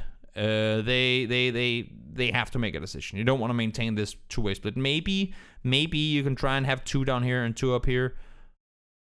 But knowing, I mean, and they should know, having, like, seeing that no one's died in the first two circles, they have to know with a shift like this that there's going to be a lot of players flooding in from the east, coming west. And the first stop really for them is going to be this whole area. So assuming to see them go up in this direction, I mean, not assuming, because we kind of know what happens. But what does end up happening is, as you see here, they hold off. They try to maintain that two-way split. Again, they want to see the next circle. They want to know if it goes a little east, if it goes further towards the west. And they try and maintain a two-way split. Now they have a 2v all of multi-circle gaming. Somehow they managed to make a great play there, killing 3. And now Gen G comes, and that's when they realize, damn it, okay, so there's too many teams down here. I respect the fact that they try and maintain the two-way split until the next circle pops, but I, at the same time, think that given the situation and the fact that no one had died yet, had we had one of those games where, you know, a team does something stupid early and they end up getting wiped instantly, or 8 players had been killed on bridge rotations, then maybe because there's already a few teams eliminated, you can go, okay, so we know there's going to be people crashing towards us, but because we've already eliminated a few teams, maybe it's not going to be 5, maybe it's going to be 3 teams instead, and we can kind of force those 3 teams to go somewhere else. Now, there literally had not been a single death yet. I think with that in mind, they should have opted to try and play together instead, which they does manage to do now. So now they are 3 alive. So they only lose 1. Nice rotation from DXG, spotting that they're leaving, going down and claiming it instead. And now we'll see if the next circle grants them any favors. Virtus Pro, in the meantime, tricky situation for them to be in. They came rotating in from the top. Again, things, but they played up here for a while. And I'm not sure if they don't see Sparking leave, or if it's because they want to... I have to expect Virtus Pro to expect there to still be players here. Because what they end up doing, maybe they wanted this initially. Let's follow the rotation, because we didn't see it in-game. Oops, sorry. We didn't see it in-game. They go down this way. No one's shooting at them, obviously, because they're falling back. There are more teams coming in next to them. They drive past. I think initially they want to go to the compound, but as you can see here, they see the vehicles. They probably wanted to send it to this, but they see the cars coming in here. Like, they get eyes on that, and they go, great, this is taken. We can't fight for that. Then they continue, and as they come down this way, they probably see Petrichor or Oath coming down in towards this compound, and they go, great, let's continue. And they end up playing as Shack. I'm just kind of curious if that was their initial plan. If the plan all along was that they wanted to rotate from up here and go down and play around the shack. You can play around it. There's still space to play out in the open. And the thing is, if you can sit tight in that shack and avoid some of the fire, it was a similar situation to what we saw. Let me just find the correct area of the map. Up here. We had that weird game the day before on day 1, where Virtus Pro ends up crashing into the shack and they sit there for like 5 circles. And you can go, why would they do that? Because alternatively, they're even if they do get down here, they're going to be forced to fight at least 2 or 3 teams up close. Which, I mean, for Virtus Pro, they can fight many teams. They're good at fighting on the edge. But we talked about it in the very last game, how they really, really want to try and, like, every single chance they get, they want to keep 4 alive coming into the late game. And the odds of you keeping all 4 players up, if you have to fight through like 20 players coming out of this compound, it's very unlikely. I mean, you could get lucky, or you could just be that good and not lose a single player when you're fighting 3 different 4v4 fights or 4v whatever fights. But there's always the chance that you lose maybe 1, maybe even 2 players. So instead, what they do is, at least, and this is my guess, I haven't talked to Batulins or the guys about it, but this is my bet, that they come down here. This is too hot. They see all the other teams coming in. They continue rapping. They go down here and they go, great, now we're off. Like, we're off the heated side of the circle. We've made our way away from this, where we know there's going to be a lot of teams coming in. We have made our way away from this, where we know there could be many teams coming in. We've made our way away from this, where we know there's going to be many teams potentially coming in. And the only real thing we have to worry about now, because these guys can't push out of the compound with this team still being here, the only thing we really have to worry about now is the potential of this. Which wouldn't have been a thing in the past, but of course now it is. I mean, this would, but this wouldn't. So now all we have to worry about is the south. Other than that, if we just chill here for long enough, we can stay alive, we can stay safe. And then once the circle shifts, because we know we're going to be inside the next circle, given where phase 4 can go, then we'll take the fight there. We might not be in the best spot, but we are 4 alive. And even though these guys might have the compound, if they're only 2 or 3 after all the chaos that has unfolded, at least we're 4. So even though we might not be in the best position, as long as we have the numbers and players, as long as we haven't taken damage, as long as we still have our smokes, our nades, our helmets, our vests, we'll be alright. We'll take it from there. Do they end up being alright though? We'll see. Lou jumps out, trying to take control. Do something to try and gain somewhat of a good position there. Snakers, after the knock, runs up to the little wooden shack on the other side, lops an 8 on over, gets a wipe on 1. Rello comes up with him, gets a double knock with an 8. Or is it Snakers that gets the double knock? I'm actually not sure. All of a sudden, they were not all right. And I honestly think, I don't want to say any other team, but had it been many other teams than Oath who were down here, they would probably have been alright to play this position for a while. The only thing is they can't really, because no one's playing up here. Had a team been out on that edge, looking like scouting this way with this circle shift, had a team been here earlier, Oath couldn't really have utilized that dip. And I think that might be what Virtus Pro hoped for, that a team was sitting up here. Because we've seen that plenty of times before. There's this little shack up here where teams go to scout further forward. And if there's a team here, they have very clear vision down in this direction. And that would have meant that Oath couldn't really play that roadside here. But because no one's up here at all, they're all playing down here, that kind of screws over Virtus Pro. So they go for the rest, as you said. They get the nade kill, and Pepperoni, Pepperoni, down they go. Lewis, all that's left alive. In the meantime, D8 go full speed forward. Again, gotta do something. Let's get away from that heated edge. And you cannot see the shack from the dip. You cannot see the shack. Wait, from the shack you cannot see the dip. Oh, okay. Maybe because of the rock and the extra trees they've added here. Maybe that blocks it off. I would just assume that this is going to be enough of a pressure, like pressure spot for you to look in that direction. I have to fly around in game more on the new Erangel and see exactly what terrain this. I know what terrain is here now. Just exactly what angles have been blocked off with the way that it's been changed. Either way, D8, they crash forward. They try to get the compound. Not gonna happen. Longsker has pushed up already, trying to claim control of what's above. What game is this? Game number 8. It says there, just below. It should say anyway. T1 tries to do the exact same thing, and here the issue is that, I mean, they were trying to maintain control of this, as Wookie said as well. You really want to maintain control of the shack if you want to be able to play the one story. Because if there's a player up here, if there's a team up here, it's tricky. It's tricky to try and maintain control, right? So what ends up happening, Longsker goes down, and that's of course really unfortunate. He's behind the shack, just so you know. He's not inside the shack. So he ends up going down. They kill all the remaining players, and now they have to make a hero play. They need to go up and res him. Adder is throwing nades, flashes, stuff out to try and get the flush confirmed. Not happening. 9 sits on the smoke, goes for the res. Adder is forced around the building. He ends up going down. And now again, infantry can maintain control. And look at this. Everybody else are now shifted out on the edge, having to force fights there. They trade, push in from below. They take the fight to Oath. They have the better position. Not in terms of the circle, but they have the high ground looking down at this, so they get 2. Ammonut finds 1. Sneaky snake place. Sonics come down. They have 2 options. Either you crash up this way, you crash this way, or you try and play down this direction. And they've seen in the kill feed what's happened to teams trying to do this. And they've just heard Tianba leave to go up there, so they know that this is being contested. These guys are sitting pretty well in the circle right now. And we've heard all the commotion and nades and whatnot on the south side, so let's go down and see if we can make a play down here.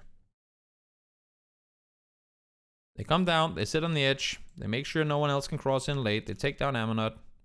H-Twin gets knocked, circle now shifts up towards the north, and of course, I mean, this is where, for Sonic's case, they wanna hold out, of course, all the guys coming in from this direction, but at the same time, they also had to get inside the next circle themselves. And you can't really play anything here. There's just not really anything to play. It's a pretty open area where one thing is the compound is still in, so that's going to be pretty frustrating for you. But also, if this fight up here comes to an end and a team is allowed to sit behind what few trees there are up here, or maybe down on the side here, if they're allowed to sit up here and shoot at you, you're sitting in the open. You're very exposed. So what ends up happening, and Sonic's made it, even though it doesn't end up working for them, they make an incredibly well-timed play. So they look around, they try and find knocks, they push back down in this direction, they get a double nade knock, smart play by them, they back off again, knowing that they don't really have the time to do a whole lot with it. They wrap further forward, try to sit on the very edge of this new circle, again, making sure that no one can make their way in from the south side. They have found a way where they can sit just exactly on the edge of the new circle. Unfortunately, they lose 1. New circle pops once more. And again, make a play on infantry. Make a play on this shack. Meta, they've come up, they've taken control of the road. They're kind of just proning down up here. Not a whole lot they can do. You can't wrap around at this point. You'd be going straight into Gen G. So what other options do you have? You can't play this really at all. Crash the shack. Crash infantry. Sure, I can let the grid. I just think it's more confusing than, what do you say? Like it's we kind of know the distances on the map even without the grid on. But I'll do this game for you if you want me to aim. So Sonics have really only got 3 options here. Crash infantry. I'm not saying it's a smart play, but that's an option. I mean, okay, so if we include nading yourself and driving cars into blue, then we have like unlimited options. But if we talk about things that might not be the best thing to do, but could potentially work out, then crashing infantry, that's an option. Crash the shack and fight whoever is there, if there's anyone there. That's an option. Try and go up and play the spot that Meta are in on that roadside. That's an option. Make a vehicle fort with, I believe, the 2 remaining cars they have and do it somewhere on this side. Or try and rotate to the other side of the circle, maintain control of this, and play in late. So what they do is they wrap up, and this comes right after the knock. So Lorena gets knocked by Mime. I'm not sure why it's not showing. But he gets the knock, and they instantly send it. H-Win is a little late on the rotation, ends up coming up there as well, but unfortunately he isn't there before 2 have already fallen down, and they end up dying to DXG. And this was DXG, I mean, if you look at the position they're in right now, they also have to make their way in. It's very limited what they can do, and they're in a position from where Gen G could push up, Jamba could push in, and that would be very troublesome for them right now. The only upside, the only positive thing with DXG's position is that Meta are here. And every time Gen G try and make a play from here to up here to do anything towards DXG, Meta has an angle and shoot at them. Esther's fallen down. Now Neil comes over and gets a knock as well. So they're being a factor in this, which disallows for Gen G to make an aggressive play. And also Gen G normally doesn't make those type plays. They'd rather try and play in late on this side. So they get 2 down. And because, well, I mean, 1 flush and 1 knock anyway. Because 2 guys go down, they go great. Now we probably don't have to expect a whole lot from this side.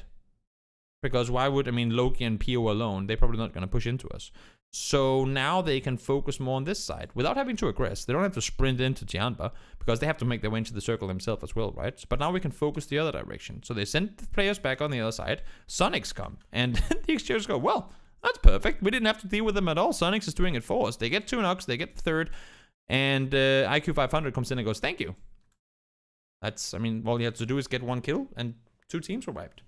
So not going to be complaining about that whatsoever. Now, of course, they do still have to make their way into the circle. And by backing off and trying to take control of this, Anonix got back on his feet. He got rest.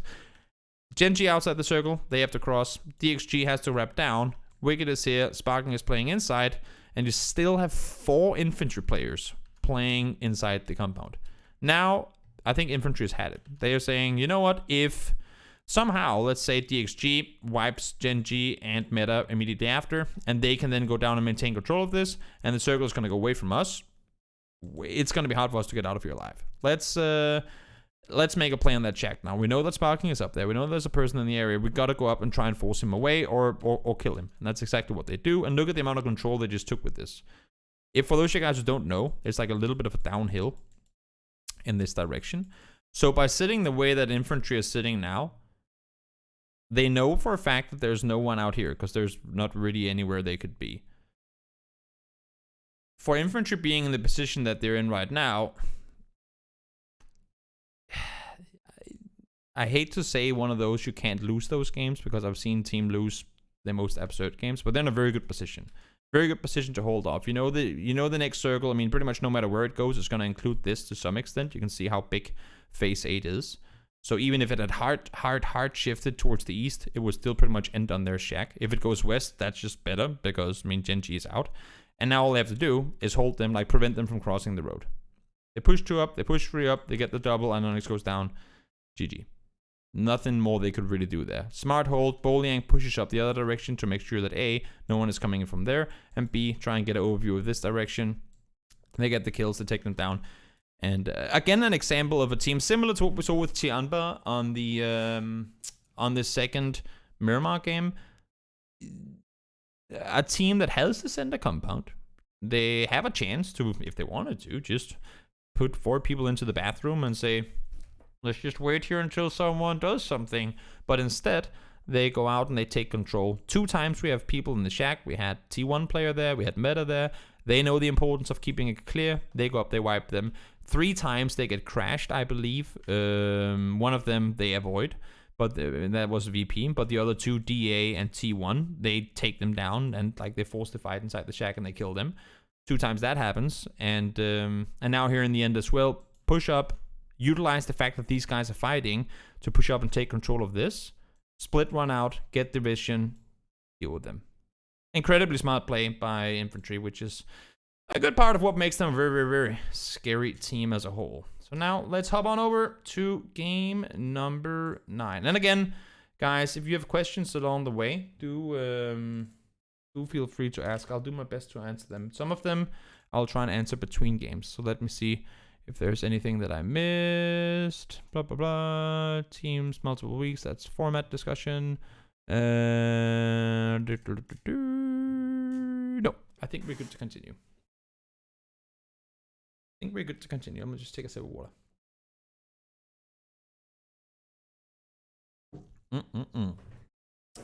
Let's continue. Let me ask you guys, and also if you're watching on YouTube, I want to know now that now since AIM mentioned it, I kind of just always remove it unless if I want to measure distances on something. I never really have the grid on. I don't know. I feel like I know the map enough to kind of know the distances, but let me ask you, because it's as much for you guys that we're doing this, or I'm doing this, as you. So do you like having the grid on or off? Just write on or off in chat, or maybe Morbid can set up a poll, and then we will determine whether to have it on or off. Because if you guys prefer having the grid on, I'm all for it. We can do that easily. If you don't want it, that's fine as well. But let me know.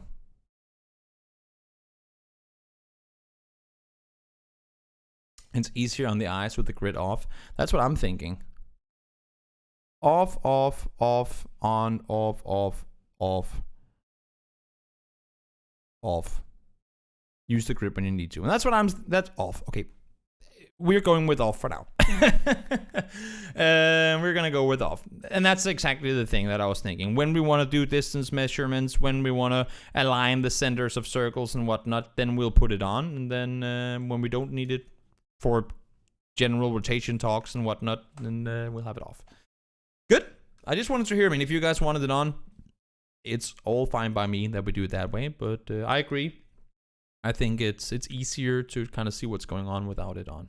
So let's do it that way for now. Let's just flash the circle as we are headed into game number 9. Is there anything this time around that is out of what usually would be considered ordinary? Looking around, trying to see anything out of the ordinary, and the answer is no. Not really. Gen G plays down on the west side when they can't get towards where they would usually go. And again, could they have gotten to Milta here? Yeah, technically, but how? Fly south, take cars by Lipovka and drive. You'd be fighting a Freak of Freaks and DXG for vehicles. Go southeast, fight Multi-Circle Gaming for the shelter vehicles. It's just not really worth it.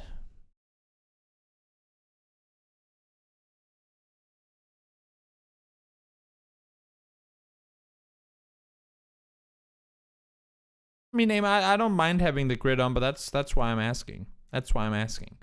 And we had quite a few people say off. And again, I don't mind putting it on, but I don't think that knowing that this is 300 meters is gonna, it's gonna, yeah, as you said, it's not that big a deal.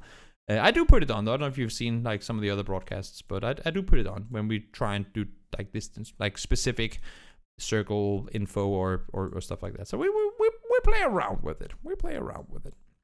But let's see. Nothing really out of the ordinary in terms of where teams have dropped. DA can go back up to Rostock. They'll do that. VP, of course, being here when neither TSM or 4AM or STK or any of the teams that would usually go into this area are here. Interforce up towards the north. Jamba is taking over Hospital. And South George from Gen G. So it's pretty straightforward. Let's see. Circle is down towards the southwest. Are we going to see anyone do the military pathing towards the circle? We've seen it the other way around. We've seen teams do this. But we interestingly enough see more teams do this than we see teams do that. And I think a big part of why that is that doing this rotation towards the west, if you look at what you're rotating into, like once you clear the bridge and you get out on the other side, it's already pretty open. You have the forest, field, forest. It's not a penis, or rocket ship. Where on the other side, you have the city, you have more areas you can kind of easily default into to play it safe. Off is the pool. There you go then. We will keep it that way for now until more people want it the other way then. But yeah, it seems to me you have many more options when rotating into the west here. Whereas if you go towards the east, you can easily be kind of limited with all the compounds. Where this is more open to rotate across, so more teams have a chance to rotate west than they would to rotate east, which is why sometimes we see this, whereas we don't so often see that. That makes sense. Let's see. DXG rotating in all the way underneath Afrika Freaks, and they do this. Haha. And remember, I said not so often. I didn't say never. They're going. Okay. For good reason, I did not notice this. I mean, I noticed this during the game because the camera caught it. I must admit that I did not notice this. Are they taking a ferry to Ferry Pier? Is that how they got there? No, okay, they continue. I was like, how did I miss DXG taking the ferry to Ferry Pier? And why are they down there to begin with? That's interesting. So they loot up in Lipovka. They realize, okay, we don't have the loot we wanted. They don't stop in Milta to get looted. They go all the way, not to military, but all the way down here to then continue up. I guess that's yet another function of the newly added harbor areas. So they come up towards the north, scout their way forward, want to find a way into the next circle. If this is the game with Strimsy and Proning, X team, while the rest of Sonics are in this ROM compound, can you look into how we got there? Sure. If that's the case. Oath up towards the north. Trying to make their way in. Wait.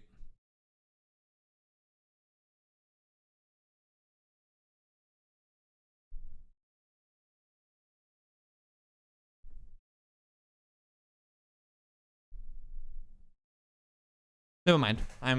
My brain just restarted. You know, sometimes you get that Windows update, forced Windows update in your brain, and that happened to me just now. So don't worry, we're back.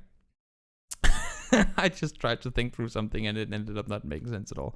So I'm glad that I didn't say it. Afrika Freaks wrap down towards the south side, try and make their way in. This is a pretty interesting rotation from them. Okay, so they come all the way from the east. They're the last team to come in from over here. And again, instead of just going to one spot and stop and kind of look from there, they do what many other teams kind of call scout on the go. If that's a way to put it. They, instead of stopping in a spot, going out of the cars, scope in, look forward, they simply drive and look, okay, if that's free, okay, let's continue. That's free, that's free, let's continue. And they kind of go, okay, we're not getting shut up from there, let's continue. We're getting shut up from here, let's continue. And they managed to drive all the way down to the south side beach. I'm not sure if they're expecting to maybe go further this direction or try and wrap underneath and go up and play something up here.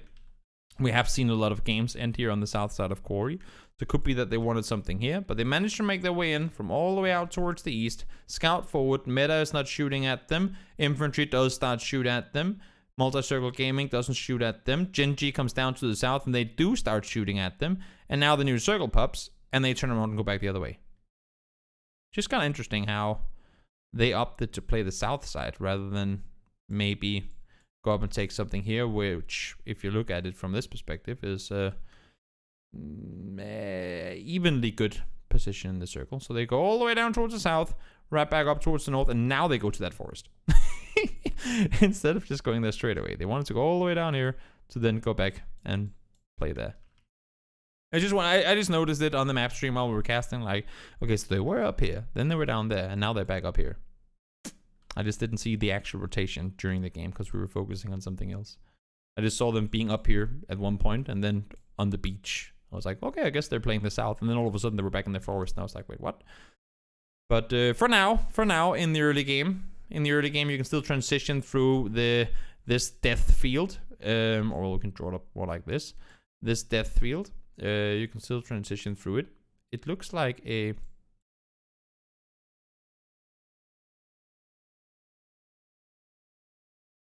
Oh wait, that's not how they look.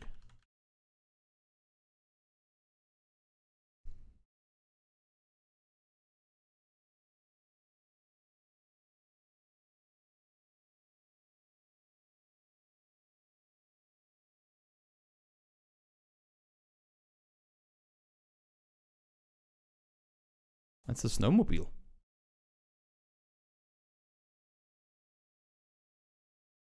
Bob Ross PUBG with Toby. The snowmobile field. That's what it's called from now on. There you go. That's what it is. It's a snowmobile. Either way. You can still transition through the field. Let's crash snowmobile. A Norwegian would understand that once. I love it. I love it. This must be a Scandinavian vehicle. What is this? I live in the desert. I've never seen one of these before. Yeah, it is fun to ride on snowmobiles, but that's enough sidetracking for now. Enter Force 36. They, once again, I mean, they're sitting all the way up here in swamp. They get shifted away from. Shit happens. I mean, sometimes you don't get the circle. That's fair. And they realize multiple teams are wrapping over the north side, so they go, let's go the other way. Makes perfect sense. As much as I tend to give Enter Force 36 a hard time for their mid to late game decision making, I think their early games rotations are oftentimes incredibly good. Like, they find their way into really good spots and circles in the first like 2, 3, even 4 shifts. And then from there, things start falling apart. But I think many teams could learn a lot from the way that Enter Force 36 plays the early game. And not necessarily like the top tier teams, but if you're looking to improve and looking to better your early game play, then, I mean, Enter Force, they do some pretty smart things in the early game. They come down here now, they wrap on in, they try to find a better way inside the circle. They go up, they scout forward, kind of maintain a two-way split. They realize Gen G here. Now the issue is that door is kind of already closed because they came in a little late on this one. Tiamba is fighting, and Gen G, they were just chilling down here. But Gen G, I mean, a reason for them being down here is they don't want to have teams coming behind them. So they realize Tiamba is here. They force the fight to them. Some good knocks came in. They get the kills. They force them off. PO tries to wrap underneath, take control, does exactly that. And just as they're about to get back, had Enter Force gotten in here maybe 20 seconds later, they would probably have had a free pass rotating underneath. And now instead, well, they still do, Toby, you idiot. It wasn't such a free pass though, because there was 2 guys shooting at them. Actually, I remember that situation wrong. I thought they ended up taking a fight with Gen G, but that's not yet anyway. Okay, so they do get the free pass to Fairy Pier, but it's pretty smart rotation anyway. I was, how did I remember that one as them fighting with Gen G? We were casting it. I thought after Chianba backed off that they were fighting with Enter Force as well on the edge, but I guess they weren't. Maybe that's later in the game. Toby, brain. More and more teams now, in the meantime, though, are starting to... that was a game later. Yeah, might have been. I'm too much casting. I get the games mixed up with one another. Too many circles going in the same directions. Virtus Pro, they were the first ones to... Virtus Pro and Afrika Freaks, they're the first snowmobile crashers. That's what we're calling it from now on. And everyone is going to go, how the... is that a snowmobile? But when you see it, kind of down here is the little ski looking thing. And you see it now, you can't unsee it. Up here is that, the handlebar is there. You have the seat is here. And down here you have that, you know, like the big track thingy that goes around. The Amtrak or whatever you call those. Once you've seen it now, guys, you can't unsee the snowmobile. This is where the light is. You can never unsee it. You can never unsee the snowmobile now. For anyone who actually knows what a snowmobile is. I'm watching more. Give myself a break. No breaks. Strive for perfection. What about Penis Farm? Northeast of Meta? Penis Farm? I need to do a paint live stream. Yeah, maybe I should. Maybe northeast of Meta. Penis farm. Here? Northeast of Meta. I'm not sure what you're referring to, Jensa. Only 2 more days. No time for breaks. Exactly. Exactly. We only got... Can you... Christ, I didn't even think about that really before you said it just now. There's only 2 games left of PGIs. I remember when it started, I was like, oh my lord, it's going to be 3 months. This is insane. Not exactly 3 months, but you know, like over 2 months. I was like, damn, this is going to be a long tournament. And now we're almost done with it. Crazy. Crazy. Either way, let's continue. So Virtus Pro and the Freak of Freaks send it all the way through towards the sender. DA want to do the same thing. Unfortunately for them, they are just about 34, 17. No, wait, it's 50. 53, 17, 7, 24 seconds late. Math. 24 seconds late on the rotation, they're forced to take a fight to Virtus Pro. And despite the fact that they're 24 seconds late on the rotation, they actually managed to win the engagement because Virtus Pro are currently still, I mean, they're going, okay, we crashed the field in phase 2. No one should be doing anything now, right? But teams do something. They crash the field. They opt to set up with, like, Spiro and Harusen are still kind of sitting up on the other side.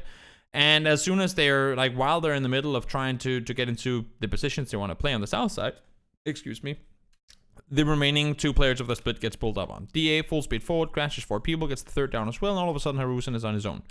Had they played like a Freak of Freaks, VP that is, maybe they could have held them up with 4 on the shack, but then again, you don't really want to sit 4 people in the shack if you can avoid it, that is. Unless if you're certain teams. Na'Vi coming in late on the edge. They're going to be playing it slow for now, trying to figure out what's available with the next shift. Circle, as we know it likes to do, shifts straight back into the field once more. And 2 of the things that for right now makes this circle absolutely garbage is that if we mark up the field, kind of draw out the outline the field here, what is inside the circle. This whole thing has 3 shacks, which are currently all, no wait, maybe only 2. No, there's a shack there. Has 3 shacks, which are currently all being played. 4 actually, there's one down there as well. It has 4 shacks. And other than that, you're out in the open. And yes, there are some areas where you can play up against the rocks, like up against the little ridges, where you can stay safe. But the issue is, with this shift, because the south side hill is still in, like the forest area, because the edge of the hill up here is still in, let's draw that in other colors. Because this is still in, because this is still in, and to some extent this, but not so much because you're actually already on the downhill. So this is not as much of an impact area. We will draw it out anyway. We'll draw it out anyway, just to kind of put emphasis on the point. But because these areas are still in, everything that is not hardcover in the shack is incredibly difficult to play. And yes, I mean, true, there's also the shack there. But I was talking about the field. So everything that is not inside those shacks is really tricky to play because it's because of the, I've explained this many times before, but because of the high ground of this position, because of the high ground out here and the position here, you can't really prone down. You can't, I mean, if you're X, and this is where we get the grid back on, if you're X distance away, the grass won't render for you. So even if you think, ha ha ha ha, I'm proning right here in the field so that this guy cannot see me. Sneaky play. But if this guy up here, if M200 has a scope of any decent size, then because the grass ain't going to be rendering for him, he's just going to be seeing a player lay still like this with his gun on the top of a pancake. So not a whole lot you can really do in terms of playing the open before you know that some of these hill spots or like high ground spots aren't being played by anyone. So for right now, you have a lot of teams that are currently, I mean, Snakers can still push in, but you have teams that are currently outside the circle. Into 4-6, maybe they can push up like this. T1 have to make a play in some direction, and down here we have 2 teams as well. You have teams that are still outside that has to find a place to go, but if they don't want to go to any of what we just drew up before, because they can't really do anything with it, they're very limited. So hillside, compound, forest is really where you want to try and, like, if you don't want to go into the field, those are really your only options at this point. Let's see, Petrichor, they go straight down to the compound, take the fight to infantry, doesn't work out for them, they die, and infantry doesn't take any casualties. I'm loving the reaction play on this one, because you can see as soon as they come in, they trade are sitting down here on the very edge of the circle, trying to come up with something, like, what are we supposed to do here? Mamu crashes in, instantly gets knocked, now the fight breaks full on out, and you can see as soon as this all happens, they start sprinting back to their cars, and Daetra goes, great, this is our chance to claim something. If Genji ain't gonna push on it, if T1 ain't gonna push on it, this is our chance to make a move. So they start full speed sprinting, or like driving, over towards this side, because they know the fight is happening out towards the east side of the compound. They want to crash in here before infantry has a chance to reset and run down to the other side of it. Incredibly smart play. And Genji, sitting here, they go, well, we're never ever going to be pushing here. We're never ever going to succeed at pushing into this if the team is holding us. So right now, while these 2 teams are busy fighting each other, that's our chance to get out. Again, incredibly well timed. They realize that with this going on in the middle of everything, that is their chance to make the great escape, while infantry is looking the other direction. T1, not interested in pushing down the hill. They sit up above. They maybe try and get a third-party opportunity, but there's no reason for them to give up their high ground advantage right now. Bring in vehicles, be ready to push into the field, should you have to, with the circle to come. Why did DXG dive center to DA rather than holding the edge? Nope. DXG comes in. Keep in mind, at this point for DXG, they've been sitting down here the whole time. So it's limited what they've really been able to scout in this direction. They probably see the split. They probably see this. If you look at where Long K and Needle are positioned right now, they probably see this. 2 players going down here.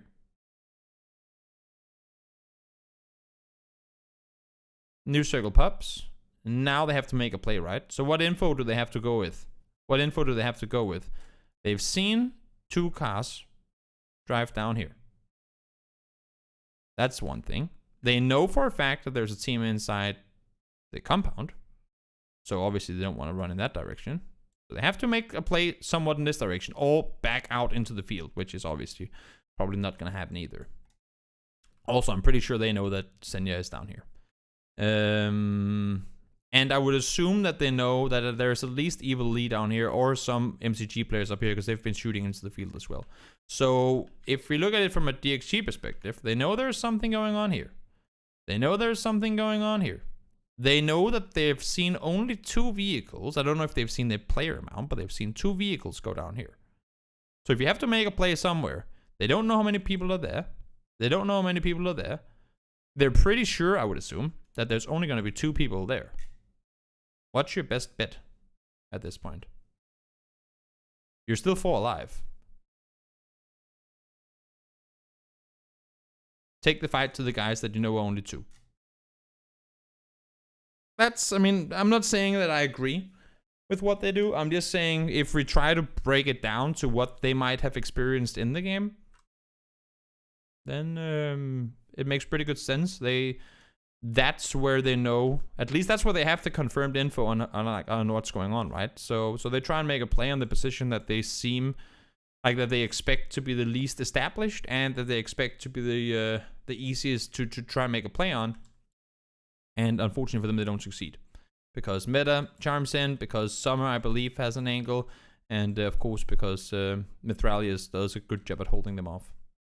So they try to make an aggressive play, doesn't work out for them. And that happens, of course, at the exact same time as what we talked about just before, with T1 over the top, backing off. Genji wraps down south, while they trade infantry fighting each other. Thanks again for anyone who's tuning into the stream today, and thanks Intense for the host. Very, very kind of you. For all of your viewers that got here 15 minutes ago. Okay, I did not notice that before now. For all the viewers that got here. That's when they were fighting. It did happen this game. God damn it. I knew they fought each other. Now I'm relieved now. I thought I had completely brain farted it. I thought that fight was, yeah. You know what? Okay. I forgive myself. They fought. If you just tuned in now and you don't know what I'm talking about, just rewind like 10 minutes and you will understand. They were fighting. Each other. That's where PO survives and Sneaky snakes his way in. Sylvia goes down. Multi-Circle Gaming forgets about him and he gets the sneaky peeky. That's true. 33 alive. PO's a solo. Keep it alive. Keep it in mind. 33 alive. PO's a solo. PO about to do PO things. Circle shifts into the field once more. We still have a bit of the forest in. Meta, they go, we could push into the field. We could also try and take control of the forest. We could also do both. And that's not necessarily a bad strat. So Silson and Ragnar pushes up to try and play some contain up here. Make sure that no one can hold them out. T1 tries to find the best approach. They've sat up here. They've scouted forward. They wanted to take the fight initiative to Sonics. Couldn't get it working. They back off and they play the west side now. And the good thing for them is that one of the things, like one of the main components to not being able to play this position is when there's a team on the hill. They were that team on the hill, so they now know that there's no one up here. Circle shifted out of it. Now we can start playing the field below instead. Na'Vi, Sonics. Forced to take the fight. There's only really so much space up there. Orange ends up winning that one. One goes down. Best of luck. Gets back up alive. And I was a little, I don't want to say necessarily all that's, I don't know if surprised is the right word, but maybe a little bit that Meta,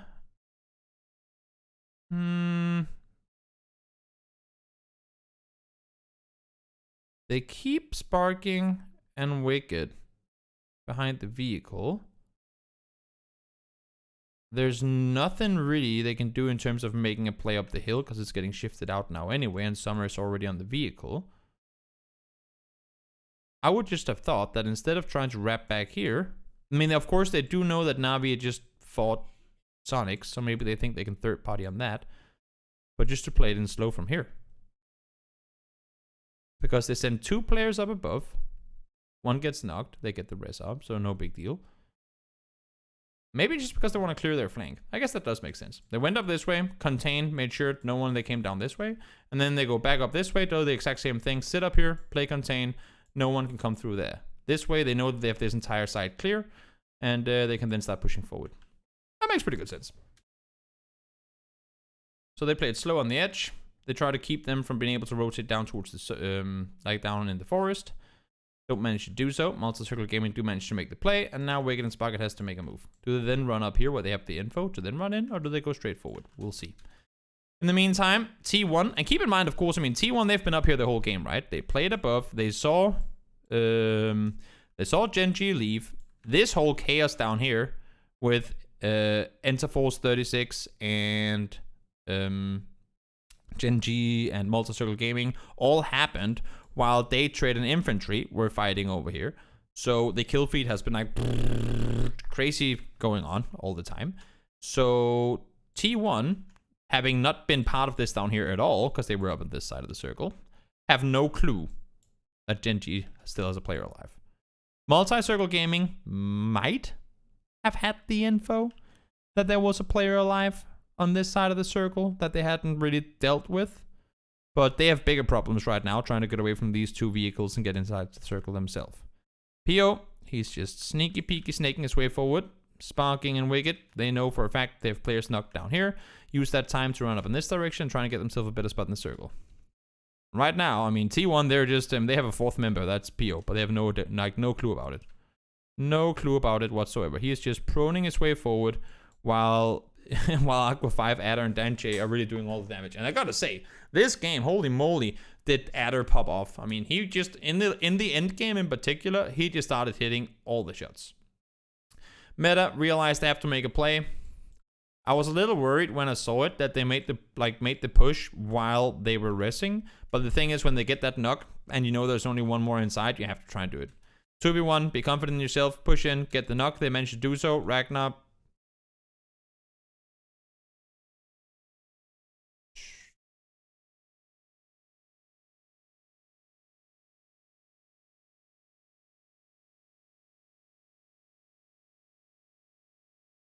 I remember Wicked mollying himself, but I didn't remember Ragnar shooting Silson. Wookie, we're not gonna start doing that. We're not gonna start doing that. They play slow forward. And yeah, as far as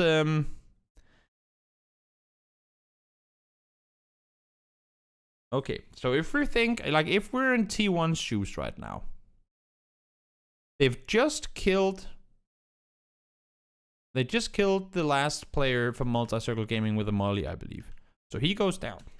New Circle Pups. They've just seen Silson die. They're 3 alive. They know that there's 7 players up still. They've just seen a meta player die. So they have to expect there to be at least, I mean, everyone knows that there is at least 3 teams, because they're 3. Okay, they might not know that T1 lost a player. That's fair. When did that even happen? That's way back, right? Yeah, that's when they were fighting a Freak of Freaks that lost Starlord. So they might not have known that, but it's guaranteed that T1 knows that there's more than one team, because Silson just died.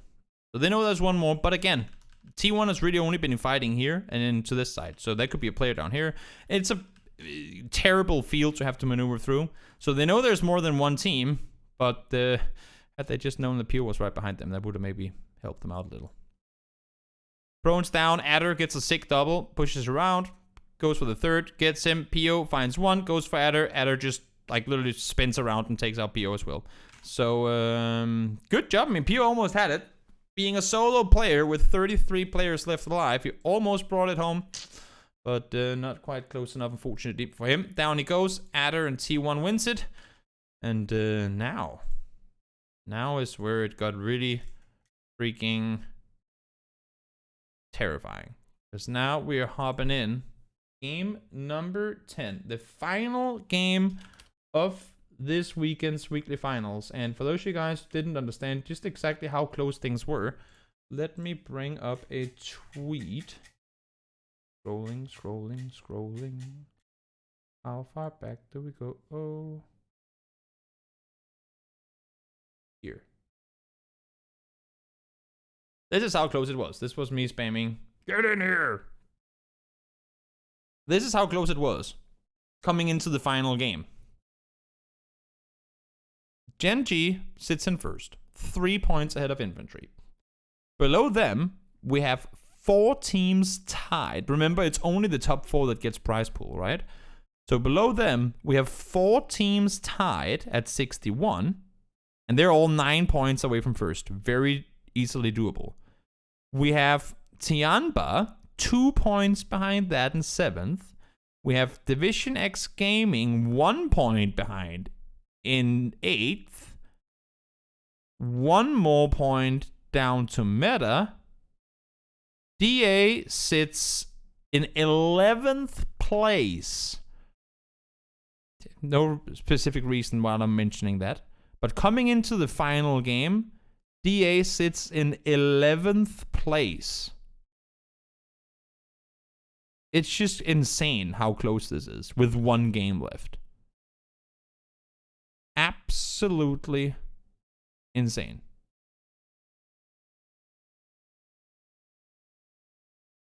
Just kind of laying it out there for you. So let's continue. Sip of water and continue. PGIs recap in week 6 of week 6 tournament. Yep. So playing as good as anyone could have hoped for, I guess. Gen G, maybe not so much because they would have wanted to go Milta, but they were down here last game as well. And they had a pretty good game there too. Now this one is, keep in mind the leaderboard that we just saw. This is as wild of a start to a final game as you could have ever hoped for. So what ends up happening is that I believe it's Poo Juice? Or is it Vanity? No, it's Flash. Flash is shooting with the Iron Sights Mini. That's where we can bring this one up. 1, 2, 3-ish 100 meters. Not an impossible shot, but an Iron Sights Mini. He is trying to shoot Esther out of a car. And succeeds. Loki, keep in mind, Genji is currently in first place, right? Loki goes, oh my god, this is not good. I gotta go back and rest him, but I don't have a vehicle. And Pio comes up and goes, you know what? I can defend you. In the meantime, Anonix is 16 kilometers away, because they've done this split before, with Anonix all the way up there. So Anonix, no matter what happens down here now, there's no way that he can get down there in time and help them out. He is simply too far away.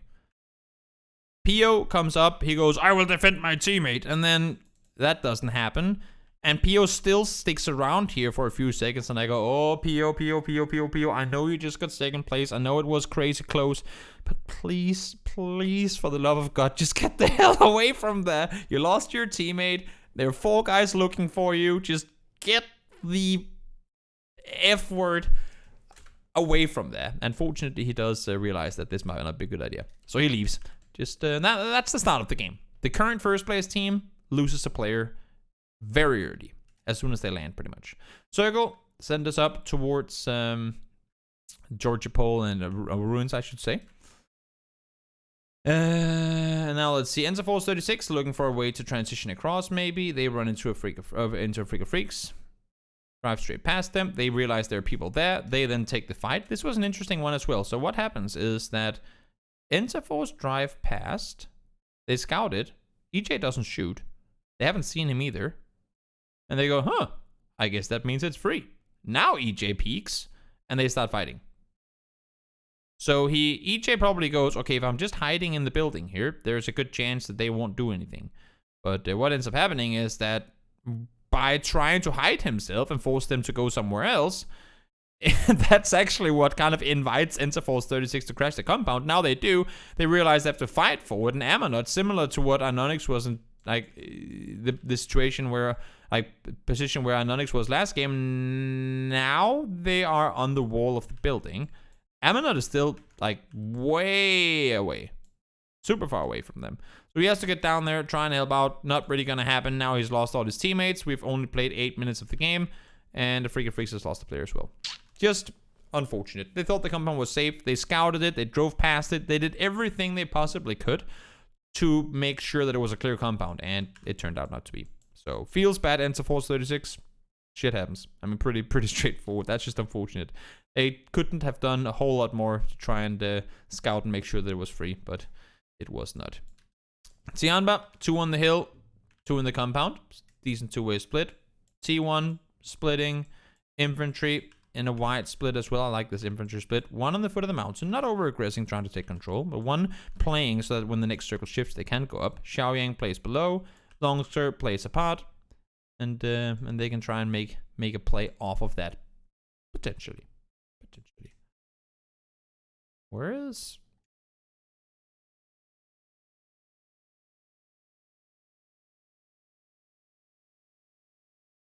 I was gonna say Boliang. Where the hell are you? I thought he was there, but he was just very much on top of Longsker's name. I couldn't find him. I was like, I don't remember them being in a 4-way split there. But no, he's down there as well. I just couldn't see it. That had me confused for a second. Tianba loses 1.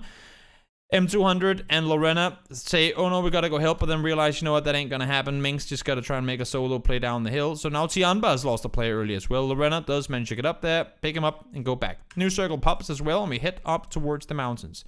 Now, infantry are, and I don't know how, but they're absurdly good when it comes to playing on Everest, George Pole Mountain, whatever you want to call it. I mean, if you go back in history and somehow find a scan of every game infantry has been in where they've been at one point with 4 players up on the mountain, I would go out on a limb and say that they've probably had an average of at least 5 kills in those games. They play incredibly well from up there. They maintain control whenever they have just a split second of not fighting teams up close. They always find knocks in all different directions. They're just really, really good at playing this hillside. So when I saw this during the game, I knew Genji had already lost one. I was like, whew, Infantry, you're gonna be winning this. No doubt about it. No doubt about it. In the meantime, meta, they're coming in on the bottom side. Trying to make their rotation forward. Quiet game for them so far. We'll see. Navi trying to find their right angle of approach. They came in from the west, or from the east, sorry. They hear this. Petrichor taking control of the yellows. They go, great. We came in here. Not available. Not available. Now let's continue trying to wrap south and see if we can find something else on our way there. Still, there's only phase 3 coming up, so it could go up towards the north. We don't know exactly what's going to happen. New circle pops. And it goes up here. This circle right here is absolutely garbage because we kind of know where the next one's gonna go. We get ourselves a little phase 4 here. I pretty much dropped it exactly where it was. There's no way it's gonna go up here. There's simply too much water. The only place we can go where we're almost shifting away from everything is down here. To some extent. And when you look at what's available in this circle, this is pretty garbage. This is pretty garbage. No Skywalker, no games today. As it is Friday. But tomorrow, the finals will start. So this is a pretty terrible circle for the final game. We saw the leaderboard. We saw the leaderboard coming into the final game as well. How close it was. And this is the phase 4 we're going to be given in a short moment. And the reason I'm putting it up now is that everyone knows, or at least expects, this circle to be the case. So everyone knows that we're gonna have the mountain in, we're gonna have containers in, we're gonna have this in, and we're gonna have that in. That should be pretty guaranteed. There's a chance we get this in as well. There's a chance we might get this in with a funky shift, but these two are guaranteed. These two could be. And if we look at what rotation you have to make, if we go to right when it pops there, when we talk about what makes rotations easy to make and what makes rotations difficult to make, this mountain right here is not only blocking off a good amount of rotation opportunity, but it's obviously, for being a mountain, also blocking off an absurd amount of vision. And the issue is, so if you don't want to go to the mountain, you can't really dive underneath it, you would have to either wrap up this way or wrap south around. Pretty obvious. The thing is, coming over on the other side of the mountain, as soon as you get over here, because all these teams have been playing down here, they have absolutely zero clue what they're running into. They've had no chance of scouting their way forward. They just kind of have to send it and hope that whichever spot they go for, no one's contesting them. No one's trying to maintain control of the area that they headed into. So, and how many teams do we have down here? Let's count it up. 1, 2, 3, 4, 5, 6, 7, 8, 9. Over half the server has to now either go up on Everest or wrap around Everest. 9 teams have to try and make a play from the southeast in this circle with what currently looks like 2 compounds available and containers.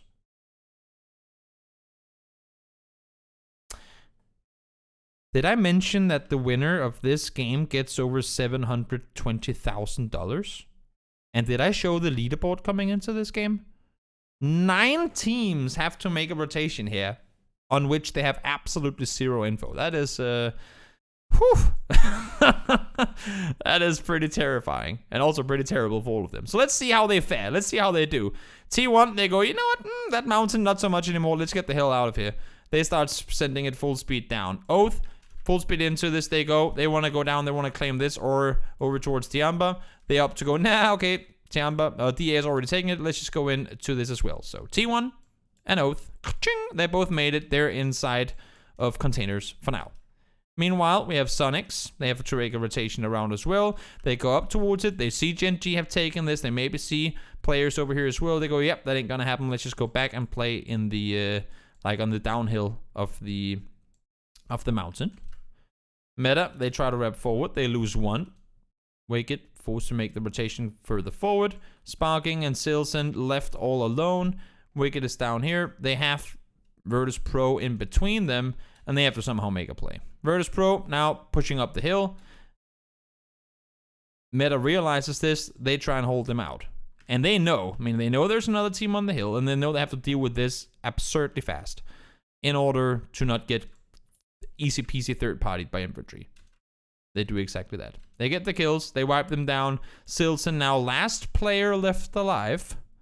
Sparking is knocked. Last player left alive with 49 people up and 15 teams still alive. Circle shifts, phase 4 shifts, pretty much exactly where we expected it to. Maybe a little further towards this side than the other. And this is again where, I have not had a confirmation on this, but this is again where, maybe Mister, if you're still here, what we talked about last time about the whole surface thing compared to depth might be incorrect. Because would it be more water to include just a tiny portion of this than a lot of this? I'm not sure. Because the water out here is much deeper than it is here. So technically this is less water than it is out here. And they just exactly exclude the portion of it where it gets deep. I don't know. It's it makes for a good discussion point anyway. I'm not sure what the case is, but we'll continue. For those of you guys who don't know what I'm talking about, hop back and watch week 5, day 1. So the last broadcast we did, our last analysis stream, we had a discussion on whether it was volume that was measured out by water, or whether it was the surface, or whether it was a whole third. It doesn't actually matter with the water, it's the landmass amount that matters.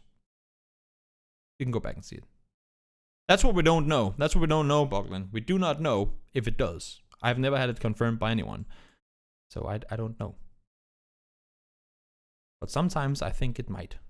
I'm not sure. Either way, new circle pops. DA, couple of players left alive. 3 make that. Sit tight for now. Tianba, sit tight for now. 3 teams managed to make their way into the containers, and everyone else are trying to fight and stay alive in the open. Petrichor, 4 alive on the east side of the hill. Meta, they did manage to get the res on up. Sonic's trying to play in below. Tricky position to be in. H-Win is not really anywhere near to help out, so they're kind of separated. They do manage to get the kill, so now maybe H-Win can make the run on forward. Circle is now forcing them off the top of the mountain. So Petrichor and Multi-Circle Gaming, them fighting each other, that was also a godly nade.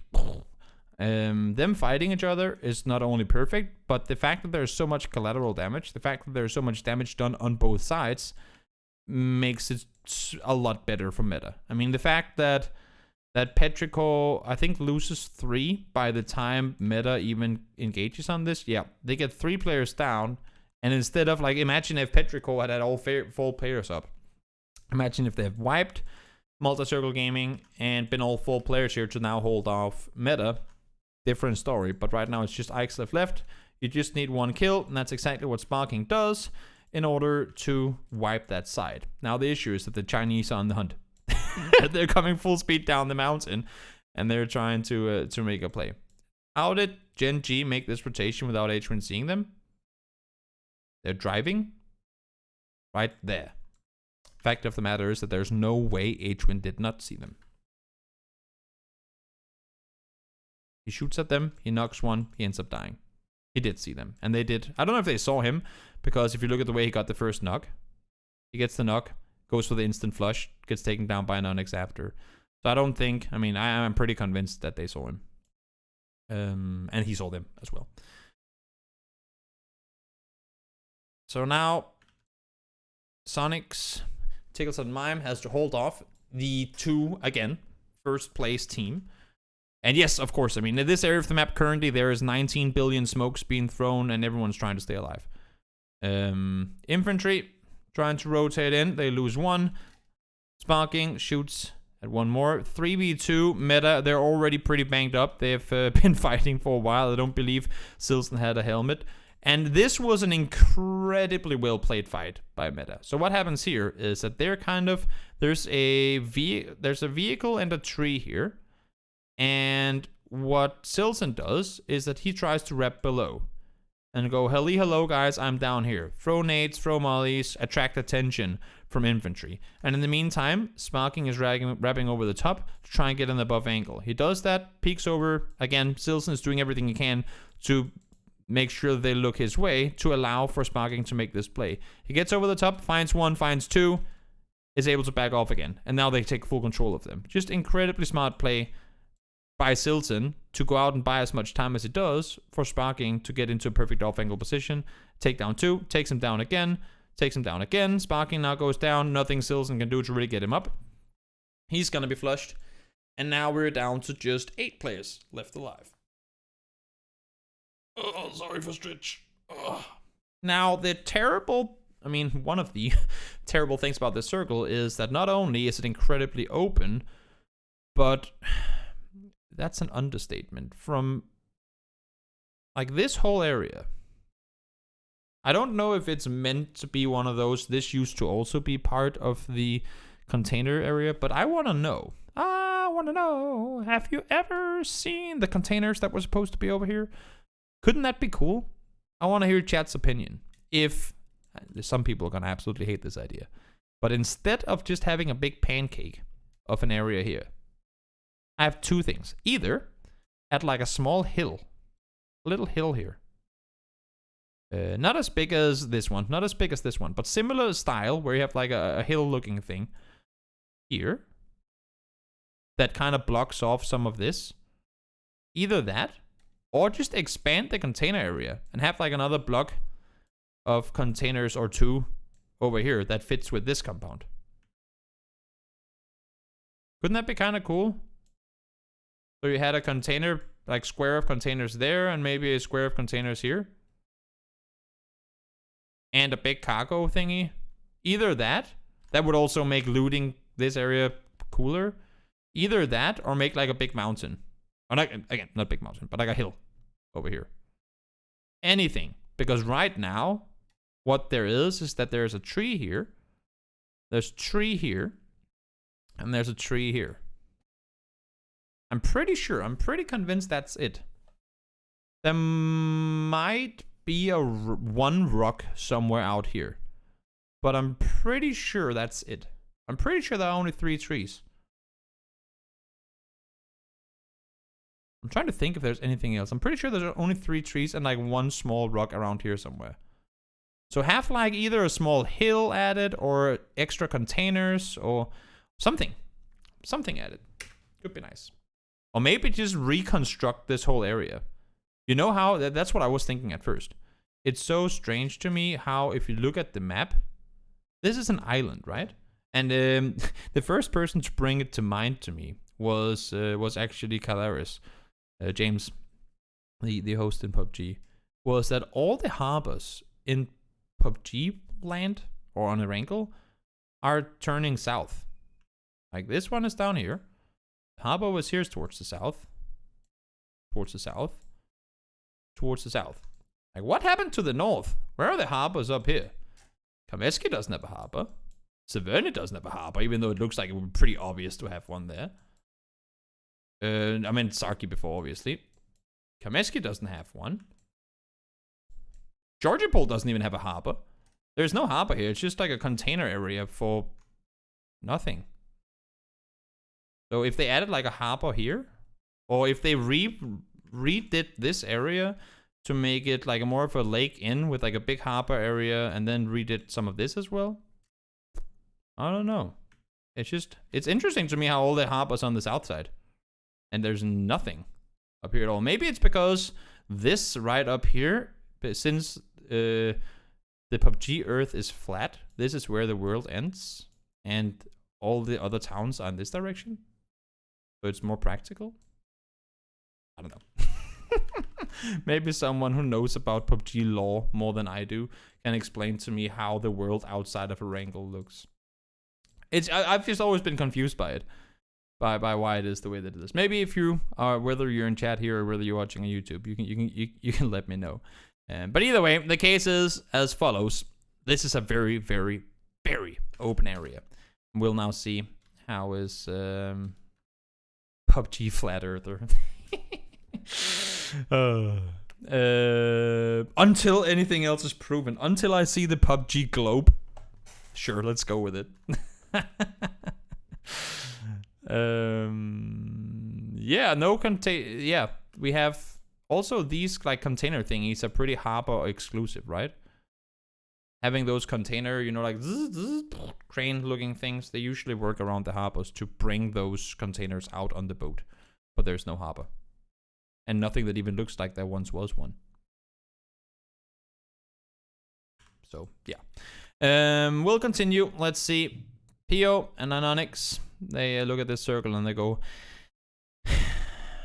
well then, what are we to do here?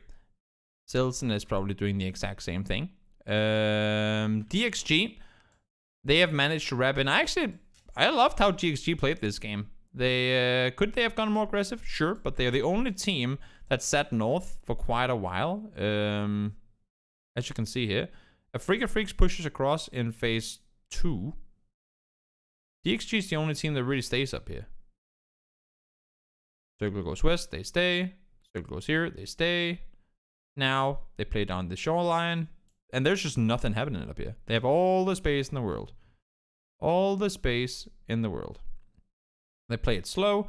New circle pops. Of course, I mean, since nothing's happened up here or towards the north for the last 4 circles, right now M200 is looking this way or that way. They're playing on the balconies, the roofs, and looking up towards the hills to get more points, because Tianba is still in the race for a good spot, right?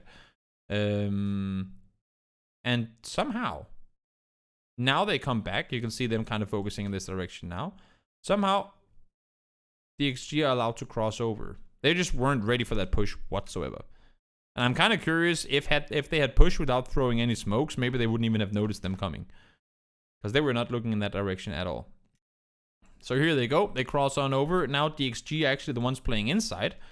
I would have loved to see one of the DXG players try and get an off angle from inside the plank house. But M200 was sitting outside on the wall and kind of containing them there. Minx is also playing inside the garage and trying to hold off. But had they been had DXG been able to get one over here so they could have had a crossfire, that could have been very good for them.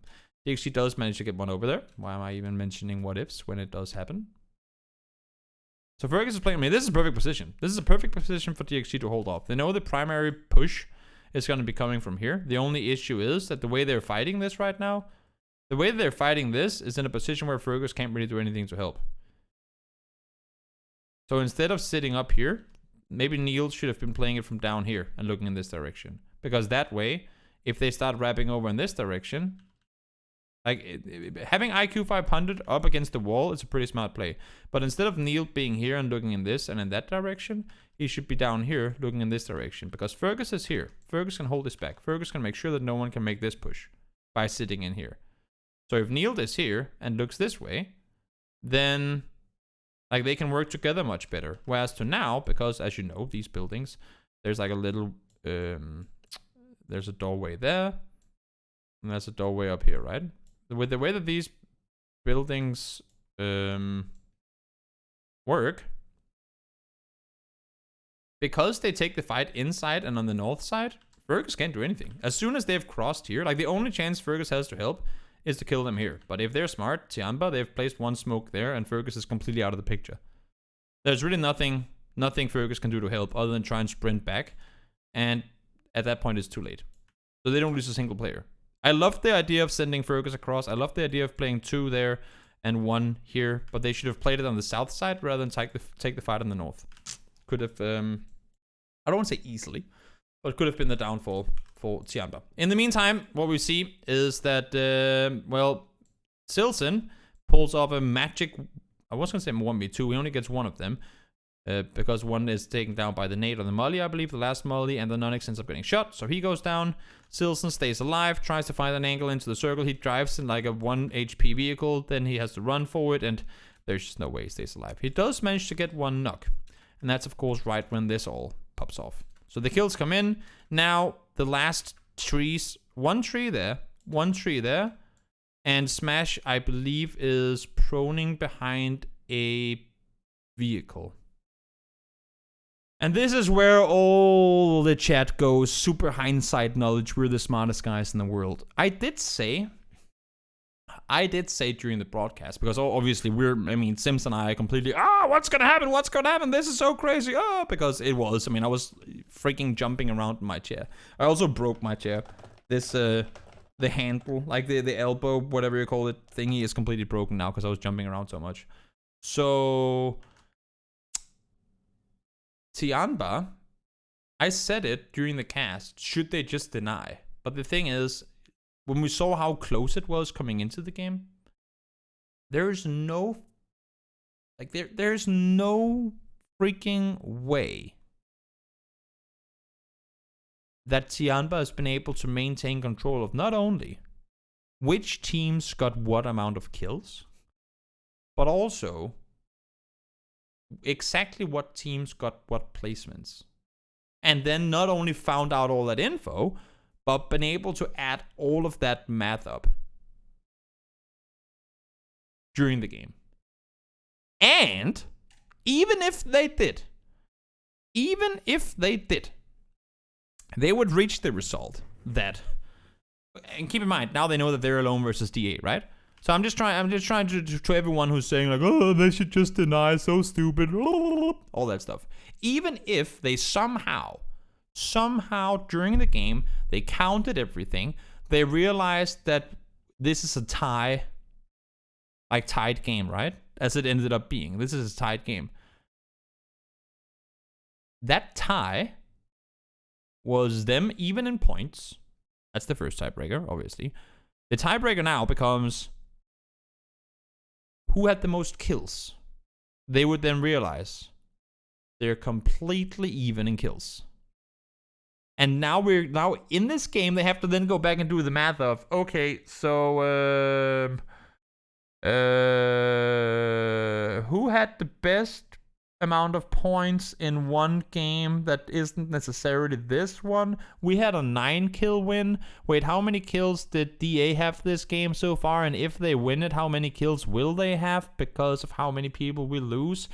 There's no freaking way. There's no way for them to know. The only thing that they do know is that this has been a pretty good game for them. They're in here with 2 teams left alive. Coming into this game, they were in a pretty good spot. They know that first place might be out of reach, but we're most likely, I mean, they're probably looking at this right now and going, we're most likely in top 4 or really close. And wouldn't it suck if they had denied the points? Because people would be laughing even more, right? If they had denied the points, and because they denied, DA wins by 1 point. Had it been the other way, and they did deny, but they lost because of it, everyone would have been like, oh, why didn't they just do the math? Why didn't they go for the kills when they didn't have any smokes and they didn't have any cover? Ah, noob team, blah, blah, blah. People would have lost their minds, right? And me and Sims would have been like, I don't know if he would have, but you know what I mean.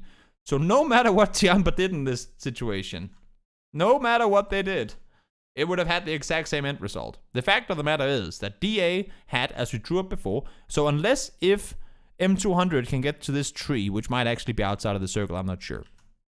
DA had the only 3 pieces of cover in this entire circle.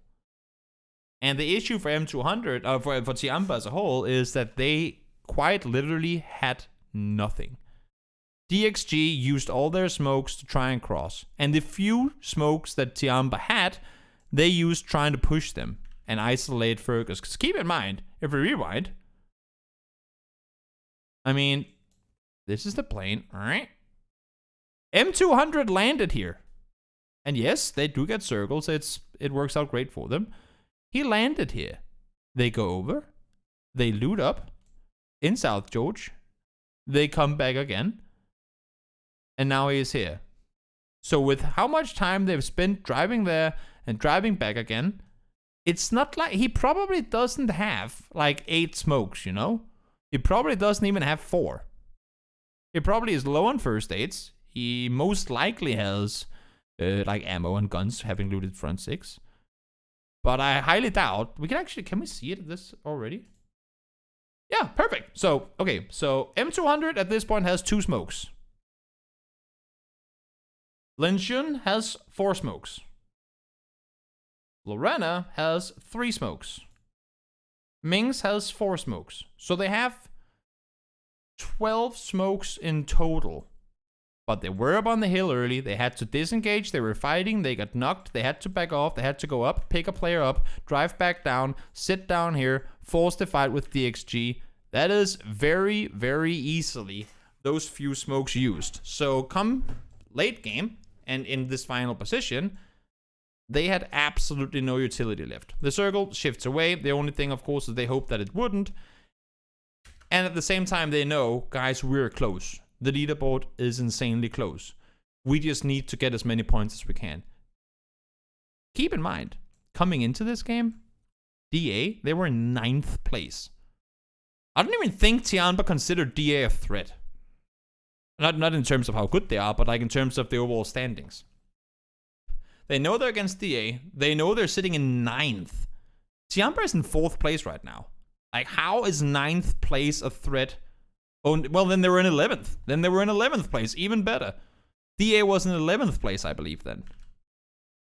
That's even more of a case. How, when you're in the final fight of a game, are you expecting the 11th place team to be a threat to you? There is no way that you can sit in the middle of the game while everything is going on, while you're playing a game for $720,000, and you have approximately 4 seconds to make that decision. There's no way. He has to have it on the table, but the coach is not allowed to talk to the players during the game. So, that's pretty simple. Not gonna happen. That doesn't even matter. Even if he did know, there's no way he can feed it across because there's a referee in the Chinese players' rooms and they're not allowed to talk during the game. So, the funny thing is, the flip side is, had Tianba gotten a kill on a DA player, they would have not only beaten that, but they would have tied the team above. And instead of not winning anything, they would have won, like they would have gotten 3rd place. So, it's so easy for us. It's so easy for us to say, you should just have known this, or you should just have done that. But when we put together all the info that Tianba needed to have obtained during that game, and then to also know that the team that was in 11th place was a threat to them for 4th, there's no freaking way to know that. And there is no good reason to fault Tianba for trying to go for the win. They have no smokes, they have no nothing. What I'm surprised by is this push. If anything, I'm surprised by M200 just blindly sprinting across the field. Like, that's what he does. You can kind of see it from the in-game footage. He just starts running. And my thought when it happened was that he's the bait, right? So if he just starts sprinting and jumping around, throwing his pen in the air, doing weird 360s, that's going to allow for Mings and for Lorena to shoot at DA. Maybe, if he's lucky, while M200 is doing crazy shit running over this direction, doing all the dance moves and all that, trying to play a Neo from Matrix, maybe Lorena can get a knock onto Mithralius or something, and that can give them somewhat of a chance if they get one of the knocks there. But Lorena is not even in a position to start shooting yet. Now he's running out, but M200 is already dead. So that's the only thing. Even though they had practically no way whatsoever of winning this game, maybe they could have coordinated that very, very, very last push a little better. That's about it. They try to make the play. Lorena runs out, is obviously also killed. Mings goes, there's no hell I'm doing this. And he ends up going down. They lose because it's a tie. I mean, it could have gone anyway. It could easily have gone the other way. And it's impossible for Tianba to know those things at that point. So we can't really fault them for it. But that's going to be it for week 5. Congratulations, of course, to Genji for winning the overall week. And if you're watching on YouTube, hope you enjoyed. Have a great day.